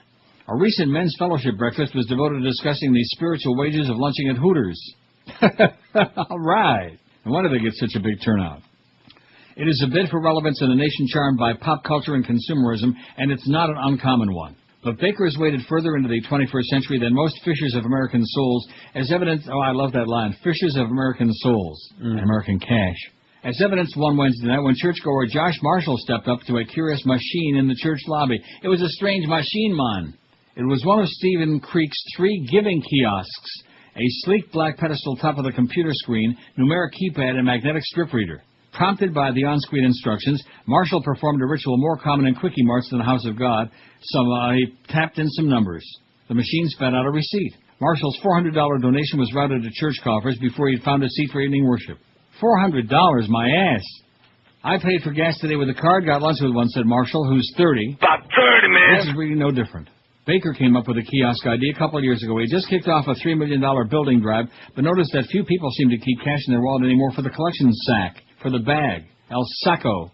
So he began studying the electronic payment business. He designed his machine with the help of a computer programmer who attends Stephen Creek and found ATM companies willing to assemble it for him. In early 2005, he introduced the first machine at his church. Oh, wait till we have slot machines in the churches. Isn't that coming?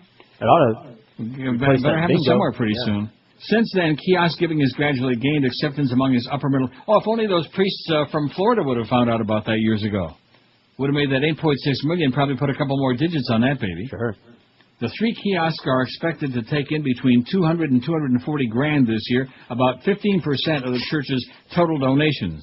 It's truly like an ATM for Jesus, Baker said. All right. This summer, Baker and his wife Patty began selling the devices to other churches through their for-profit company, Secure Give. They are its only employees, but a handful of contractors help them custom-tailor the machines for churches. Wow. The kiosk can let donors identify their gift as a regular tithe or offering, or direct it to building or missionary funds, or just give it to Papa for lawsuits, The machine sent information about the donation to a central church computer system, which shoots the donors an email confirmation. Shoot the donors. The bakers charge between $2,000 and $5,000 for the kiosks, which come in a variety of configurations. They also collect a monthly subscription fee of $49.95 for licensing and support. And a card processing company gets 1.9% of each transaction. A small cut of that fee goes to Secure Give. So far, 7 other congregations have installed and or ordered the machines. All of them are Protestant and most are in the South. If the idea takes off and makes the bakers rich, Patty says they will thank the Lord and give a significant sum to their church. About $5. The concept is in its infancy, but it's part of a broader attempt among houses of worship to boost donations using modern technology. In other words, to extract more cash from your ass. Among the most popular are e-tithing systems, which allow churchgoers to set up automatic contributions for their bank accounts, much as they would their Netflix dues. How do you like that? E-tithing my ass? Yeah. How do you like that crap? Mm-hmm. But Baker, a 45-year-old preacher who grew up in the Pentecostal churches of South Carolina, sees a more dramatic change afoot in the culture of church giving as Americans increasingly turn to plastic for their everyday expenditures. That has certainly been true outside of the church. 6 years ago, debit cards were used in 21% of in-store transactions. Today, they account for a third of them, according to the American Bankers Association. Debit cards. At church services, Baker said the next few years could be comparable to another upheaval centuries ago when offerings of grain and animals were replaced with what was then the newfangled medium of money. I'll bet that caused a stir, too, he said, chuckling. Baker assumes many churches are not yet ready to change. The need to generate earthly revenue can be a sensitive topic for the clergy. Lampooning their less subtle solicitations has been a sport for generations of critics, from Chaucer to heavy metal bands. The Bakers have heard naysayers at trade shows mutter disapproval of the kiosks. Some church leaders apparently fear that technology so closely associated with commerce might come across as crass. Rhymes with your ass. Crass, right. Something when religionists are going to start worrying about being crass, like all these televangelists on there, these phony baloney, with their 800 numbers at the bottom of the screen. We got 2 screamers, by the way. Excellent. Isn't that great? 1,621. I wouldn't imagine that most screamers would, envision themselves as, oh, well, I'm a screaming queen, You think? No. No. Because some people assume that there are people who actually go out of their way to effect that kind of a mannerism. I can't even begin to imagine that. Right? You really believe that? No, I find that hard to believe. Like, but there are people who believe that, Who would do that on purpose? Why do you have to be so gay? Flaming, Just butch up a little bit. Oh, I don't know, maybe somebody out in front there. About 6 in 10 Iraqis say they approve of attacks on U.S.-led forces, and slightly more than that want their government to ask U.S. troops to leave within a year. The Iraqis also have negative views of Osama Yamama, according to the early September poll of 1,150 Iraqis. That's the ones who are still alive. Well, at least they were as of when they took the poll anyway. The poll done for University of Maryland's program on international policy attitudes found almost 4 in 5 Iraqis say the U.S. military force in Iraq provokes more violence than it prevents. Didn't we have this in an earlier story? Yes, we did, if you were listening. Huh? About 61% approved of the attacks, up from 47% in January. That's on American soldiers. A solid majority of Shiite and Sunni Arabs approved of the attacks, according to the poll. The increase came mostly among Shiite Iraqis. An overwhelmingly negative opinion of Terror Chief bin Laden, more than half, 57% disapprove of Iranian President Mahmoud Ahmadinejad. That's it. 3/4 say they think the U.S. plans to keep military bases in Iraq permanently. Well, they should know that. 14 of them, by the way. Right. A majority of Iraqis, 72%, say they think Iraq will be one state 5 years from now. Shiite Iraqis are most likely to feel that way, though a majority of Sunnis and Kurds also believe that would be the case. The poll, which included an oversample of 150 Sunnis, had a margin error of plus or minus 3 percentage points. Well, there you go. We've been polling the poor damn Iraqis, the ones who are still alive. And then every now and then they poke one on the ground and say, well, we're taking a poll, a survey, 1,625 votes on a poll. It's going to be, I think, tight, don't you? We got 50 minutes for 75 votes. You can do it. And the interesting part of this is we got 74 who said, yes, I'm gay, as opposed to 77 the first time. So we're missing three queens from the deck. 2 kings and 3 queens. And, of course, I'm Hispanic, 127, topping the 112 we had before, but George doesn't believe it. He thinks you're all like a bunch of macho men, like the village. No. What I said. The best talent. What you said? Know what he said? That's what I heard you say. Sports That's what I said you said. Right. The biggest names, the best talent. It's the Kenny and Bo Morning Show. Shoot over to Roger on a mobile. What's up, Roger? I wanted to talk about the guy with the New York pizza. Yeah, right. What's the gravy? I grew up in upstate New York. We used to have keg parties all around those reservoirs up there. And that's what feeds New York their water. So you know what they were drinking. Oh! I just got the joke there a second ago. There's Roger going, all right, you guys think it's so great in Manhattan? Here's a little something for you there. Enjoy this one. And we added some dumplings sometimes, too. Oh, Roger. Weekday 7 to 10, Sports Radio 560, QAM. Anytime.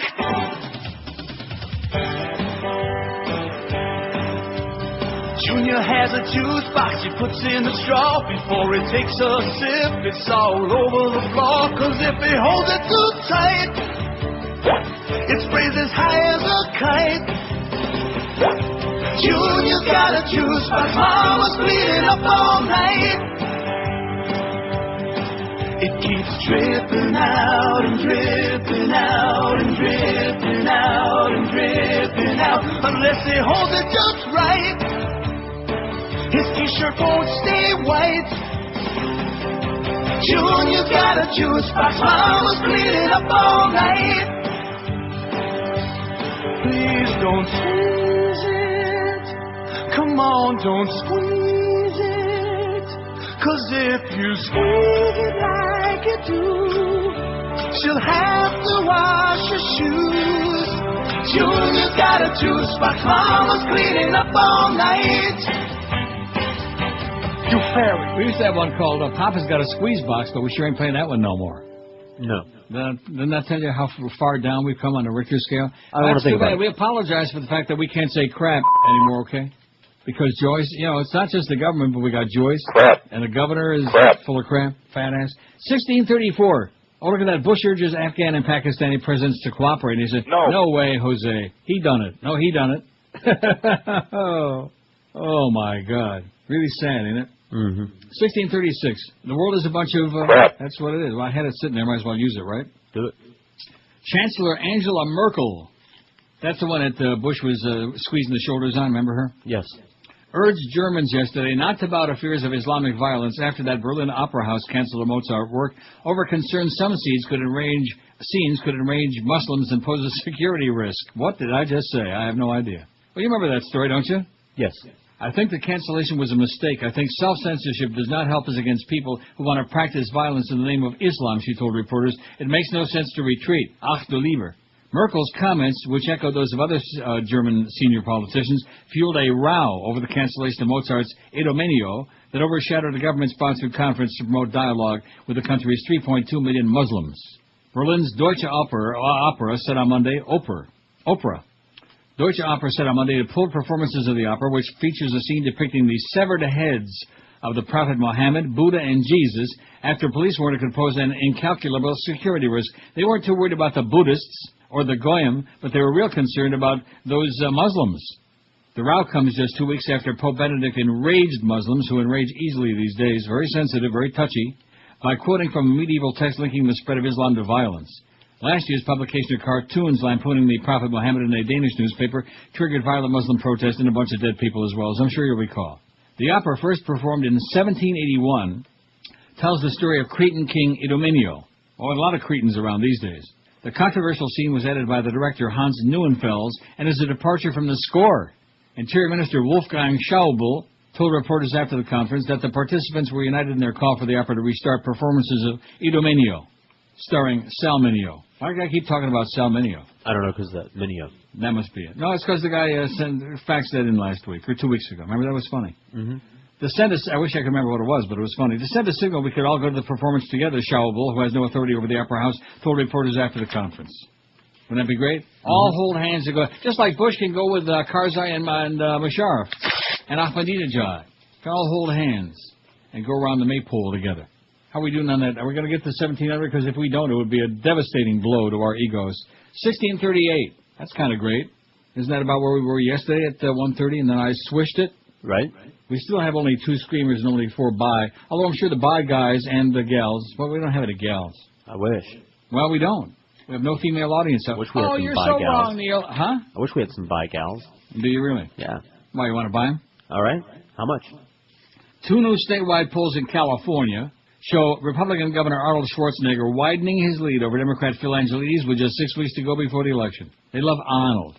Dominating the news in recent weeks with splashy bill-signing ceremonies and celebrity news events, Schwarzenegger's jumped to a 17-point lead over the state treasurer. And by the way, Drew Lieberman's got a 10-point lead in Connecticut over Ed Lamont, Cranston.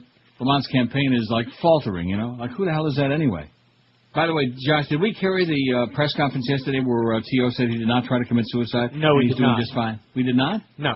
Well, why not? Everyone was piled up in the bullpen to hear it, but we weren't carrying it. They were all piled up in the bullpen to hear it? Yeah. Well, they're often piled up in the bullpen. Well, yeah, but they're doing other things. I bet you Ken wasn't too happy about that. Probably screaming, "Get out of my bullpen, you idiots, you a-holes." The field poll found that Arnold has got improved 2 points since July and now leads 44 to 34 points among likely voters. Even more telling is that nearly 7 out of 10 voters say they think the governor will be reelected. He's a shoo-in because he's Arnold. He's the Terminator. He's illiterate. He's a goofball. He's well. Both polls also found only modest support for Angelides among voters in his own party. The governor had surprising strength, the Terminator, among key groups in areas of the Gropinator of the state considered Democratic stronghold. With a coalition of unions beginning a multi-million-dollar campaign against the governor this week and the much-anticipated debate between the two set for next week, Angelides supporters still insist they've got time to turn the momentum. Still, both poll authors said Angelides faces a tough uphill challenge. There you go. They love Arnold, man. Just like they loved Reagan and George Murphy. All the Hollywood people, man. Just run for office. When you're washed up in show business, just run for politics and get all the grabs you can grab with both hands. Right? Right. That's what they're doing. 1644. 56 votes for 737 minutes. Oh, that should be easy. Not even to a minute. We should be able to do it. But don't take it for granted, though, please. Wait till you hear this. Guess who's defending Clinton's 9/11 efforts? I don't know. Osama bin Laden. Oh, he looks a little like him without the beard, though. Former New York Mayor Rudy Giuliani defended Bill Clinton yesterday over the former president's counterterrorism efforts, saying recent criticism on preventing the 9/11 terrorist attacks is wrong. That's what he said. Political bickering. In fact, look at this. Look where he was in Fort Lauderdale when he said that, because he's standing at the podium, and there's a big banner, Charlie Crist for governor, right in front of him, because Charlie Crist. Yay. Political bickering over which President Clinton or Bush missed more opportunities to prevent the attacks has been escalating since that combative Fox News interview. The idea of trying to cast blame on President Clinton is just wrong for many, many reasons, not the least of which is I don't think he deserves it, Giuliani said in response to a question after an appearance with fellow Republican Charlie Crist, who's running for governor. That's Charlie. Yay. I don't think President Bush deserves it. The people who deserve blame for 9/11, I think we should remind ourselves, are the terrorists, the Islamic fanatics who came here and killed us and want to come here again and do it. Well, if they killed us, how come we're still talking about it? Isn't that interesting? Who came here and killed us. Secretary of State Condoleezza challenged Clinton's claim they did more than many of his, who did Mo, and accused the Democrat of leaving no comprehensive, well, we know about that. Giuliani said he believed Clinton, like his successor, did everything he could with the information he was provided.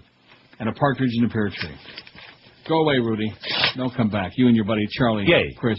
Well, that's one thing about Florida, man. Their true colors are coming out now, you know. The true red. They're bleeding red. All that crap about, Gore won Florida and yada yada. It's a Yahoo state, man. It's a redneck state. 1646. We got 5 by the way, but still need 2 flamers, screamers. If all the screamers would come out of the closet, we'd have like 1,000 more already. Maybe they already voted. For what? What, that they're doing it a lot? Yeah. For, yes, I'm gay. Oh, I see. Well, we only got 74. We're still 3 short from the 77 from 100 years ago. I'm thinking they moved away. Or maybe they turned on the Ron and Paul show and forgot to change this channel. The biggest names, the best talent. Well, maybe they're over there on the ticket with the Sports Radio 560 AM.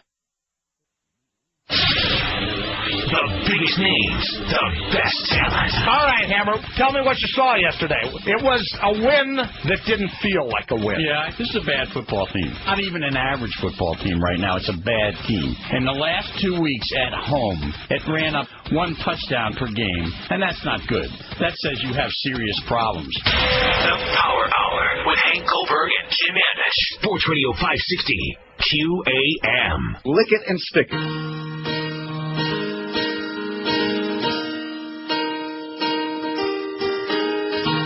Hey, what the hell has Oprah Winfrey been drinking? Has she lost her mind? What the hell was she thinking? I never thought she'd chase girl's tail. Never suspected she did Gail. She's got Stedman who's half male. She felt the need to say that she's not a les. They just go shopping together at Hermes. It's not a girl-on-girl hot fling. Don't borrow each other's G-string. She's not in love with Gail King. 'Cause Oprah's not gay. She don't go that way. No season tickets to WNBA. No She came on Tuesday. She's not a fan of the LPGA. She's not like Ellen, not into women. In fact, she says Gail is more like her twin. That's why they say, Oprah's not gay. Oh, look at that. Search underway for a suspect. 2 sheriff's officers involved in shooting in Lakeland. Do you see that? No. On a Bing. It's the American FM way, baby, and they're traipsing through the woods right now. Do you see that? No. Oh, you're not watching CNN. I am now.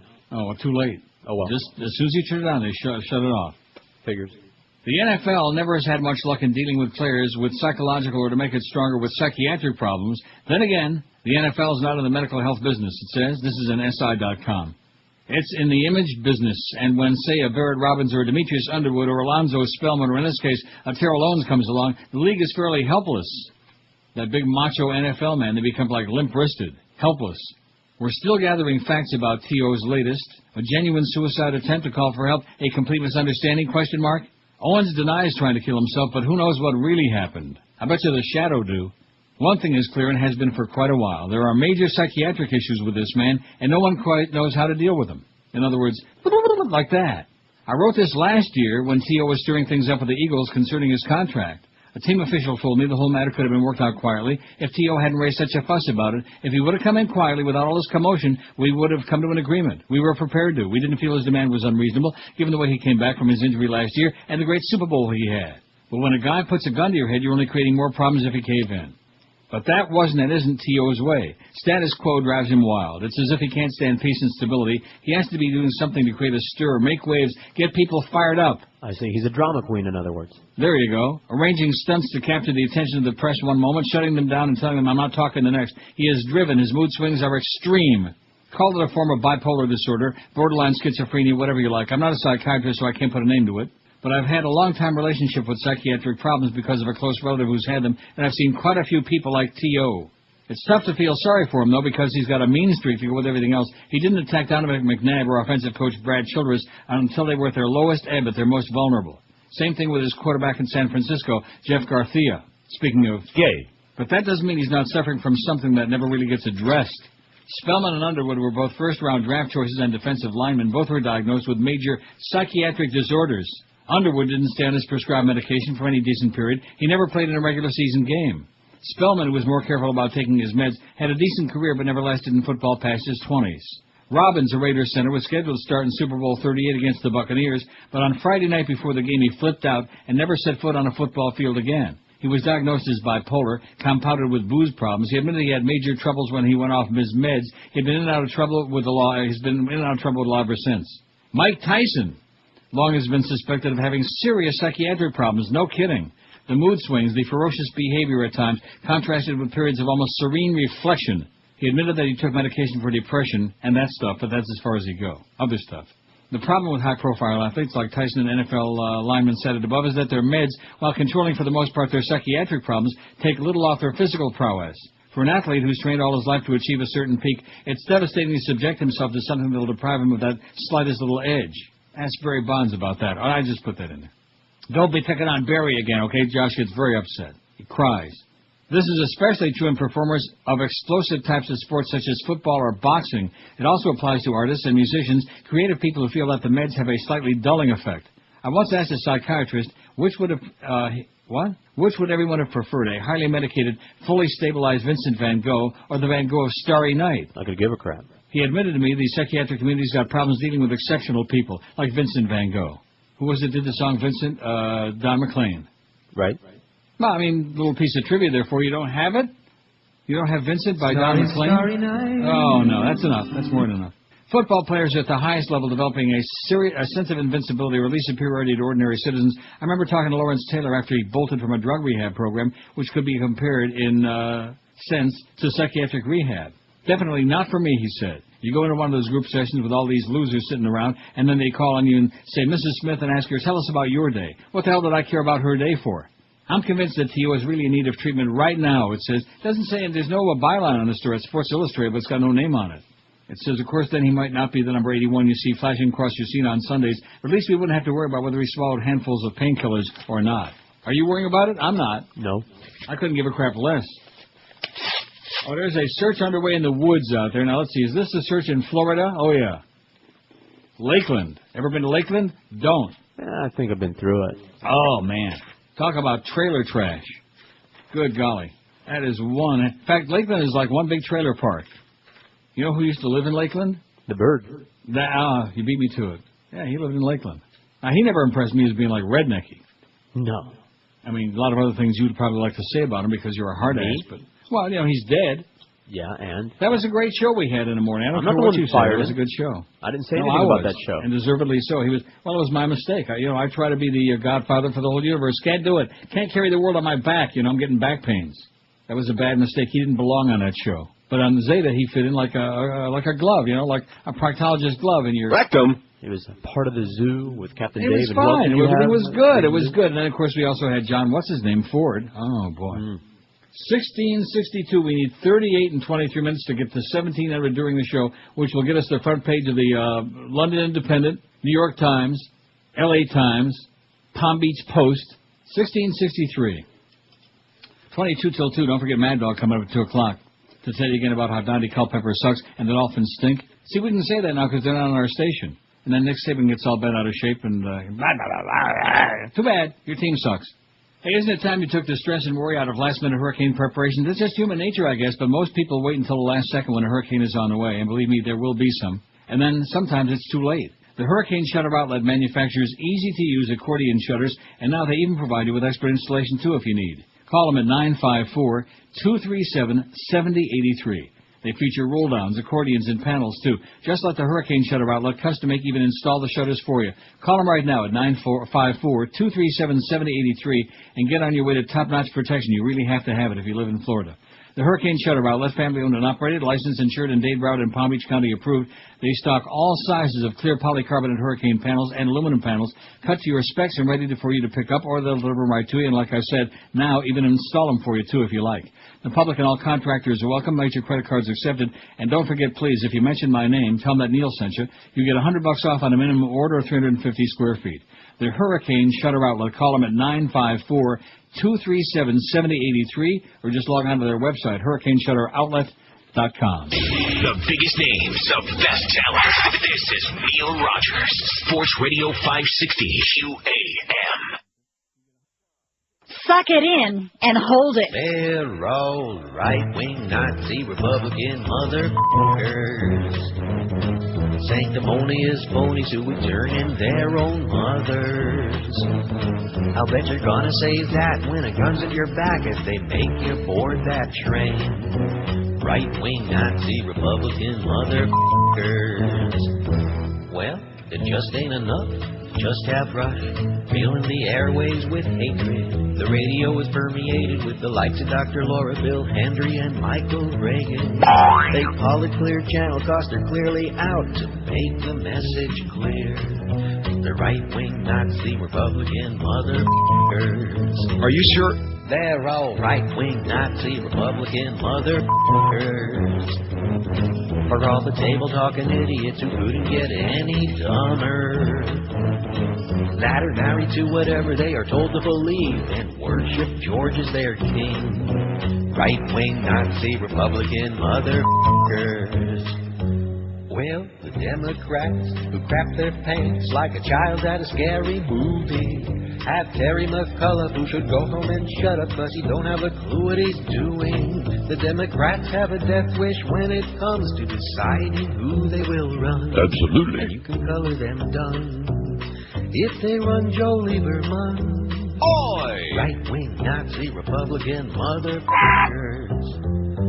They're all right-wing Nazi Republican motherfuckers who get indignant if it isn't them that's getting a juicy Hummer. Just remember what I said when a gun's in your back if they make you board that train.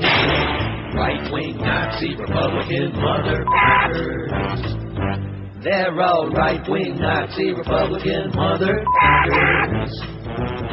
For all the table talking. Okay, 16 before 2 at 560 WQM. We got 1679. 73 is what it says on mine. We need 27 votes in 15 minutes. That's not quite 2 minutes. Do it? Yeah, we could do it, maybe. Not me, but the audience can do it. It's not even a vote. It doesn't even require an opinion. It doesn't even require a mental process. Although, well, I don't know. Let's see. I don't know. Although we are tracing the votes. 1673. We got 8 by people out there, but only 2 screamers, 2 flamers out there so far. Flaming. Let us be the judge of that. You know this fruitcake in Colorado? Good lesson for all you parents out there. Don't the one that was shooting up the kids in the school the other day. Oh, that one, yeah.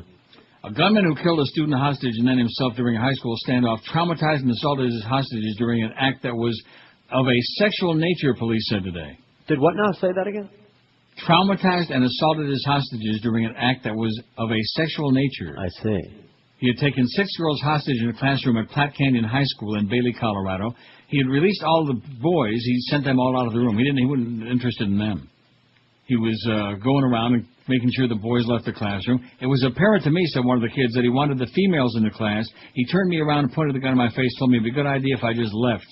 As he left the classroom, the kid said another female student was coming in the door. As he pushed her out of the doorway and they left the building together. He said his initial reaction was to stay in the room with the female students. I wanted the girls to have some support in the room, he said, but this slimeball, Dwayne Morrison, he didn't want no guys in there. Authorities have searched Morrison's car in which he appeared to be living. They said the suspect didn't have much of a criminal history, only minor things were on his record.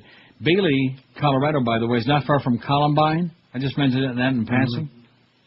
So all you parents out there, if you got kids, don't move to Colorado. It's probably a good idea. And if you do move to Colorado, like homeschool them or something like that. Anything. Now, what's this going on in Lakeland? There's a shooting that happened there, and police have asked everyone in this area to stay in their homes as they search for a suspect. Earlier, we saw law enforcement on the ground with dogs and with rifles. On the ground with dogs. What were they doing? Check out the area to look for the suspects. We've got schools on lockdown. But on the phone with us, we've got Polk County Emergency Management Representative Pete McNally. Pete, what do you know? Well, not much more than you just told us. I kind of came into the story a little bit later with regard to the shooting and so forth, but you're exactly right. Right now we have the schools in lockdown the area. They think they've located the area where the suspect is, or at least the general area, so they've got that surrounded by... Crazy people with guns, baby. That's it. And law enforcement in the area to try to get our deputies out of there. Okay, and Mr. McNally, we're hearing that this all stemmed from a traffic stop. 2 Polk County Sheriff's officers, Sheriff's deputies were involved in the traffic stop. Tell us what precipitated after that, and if there are any injuries. Well, unfortunately, I can't really tell you any details. I just learned about it a little bit later after that the shooting had taken place. So I'm not sure what precipitated it, but I know that what you said other than that is true. That they're in that West Lakeland, Kathleen area where the suspect is located right now. Wow. And, of course, that's in Polk County. You ever been in Polk County? Sure I have. Man.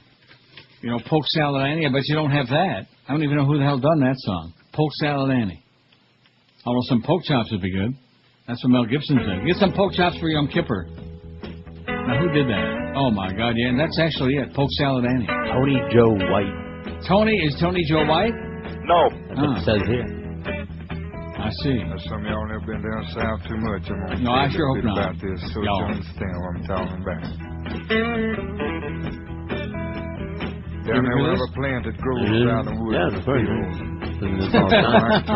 Little mumbling going on there. Everybody calls it poke salad. Poke this. Salad. Okay, that's enough. Polk Salad Annie, man, it was a gigantic smash. I'm certainly a one-hit wonder. I'm sure of that. Yeah. 1681, let's see. Deputies injured in the accident. 2 sheriff's deputies involved in shooting in Lakeland, and they're combing the woods, and they're like foaming at the mouth. And crazy people with guns. That's America, baby. Zion America, as they say in Lakeland. Moving to Oakland, California. This is kind of a strange story. A dead llama found in the streets has left city officials wondering how the South American animal ended up abandoned in an urban area. Oh, how could anything from South America wind up in California? Yeah, I wonder. At first, East Oakland residents assumed the 400-pound animal with black and white spots was a horse and called the city's animal control department to report the find. At first, it looked like a horse. All we saw was a head sticking out from a tarp, said Andrew Corden with the Oakland's Animal Control Field Services. But I looked at it closely and I said, look at the ears. That's a llama. The llama's legs were tied up. It was covered with a tarp, but it appears to have died of old age, Gordon said. Well, thank God for that. Residents of the Oakland Hills sometimes keep llamas, who are members of the camel family, as pets. I wonder where the Oakland Hills people come from. I don't know. No. Well, they keep llamas? Like, aren't llamas big in Peru? I guess, yeah. Chile. What do you mean you guess? What do I know from South America? You better get with it, mister. You better start studying your roots. Yeah, my roots Call are up Ileana north. Rosanna Daniels. She'll give you a little of what for. I can't think of any reason somebody would just dump it. He said people with animals that good usually have money. People that have exotic animals. But Gordon said he probably wouldn't spend much time solving the mystery of the llama. The animal doesn't seem to have suffered abuse, and since it wasn't branded, he doesn't know where to start looking for the owner. Somebody dumped their dead llama out there in the around the trash, out in the road. Not good. And I hear it had like a brown splotch on its pants too. Not good. 1684. This is a little too close for comfort. You know it? They're toying with me today. They're diddling. 1685. We need 15 votes in 9 minutes. Now that's not even 2 a minute, right? Right. But taken down a little bit too close to the wire. It's like some of those football games, like the Patriot-Jets game a couple of weeks ago. Not too close for comfort, when it shouldn't have been. We should easily have 2,000 on here. We had a big head start, you know? But I think we scared some people away, though, with that screamer selection that you insisted putting on there. Screamers, you know? Mm-hmm. It's your attitude. Flamers, right. Screamers. Huh? Right. Bugarones. 1686. 14 votes we need in 9 minutes. I bet you Paul and old Ron will start taking their own polls starting tomorrow. And their poll probably will be, have you ever had a homosexual experience, wouldn't you think? I imagine. Didn't somebody tell us that they were already doing that? Yeah. Like taking polls? They already ripped off something from Kenny and Bo. They're just, what can I tell you? Good luck, guys, okay? You'll need it. 17 years on the market, and for them, that's quite an accomplishment. With their talent, incredible. Bye, bye, bye!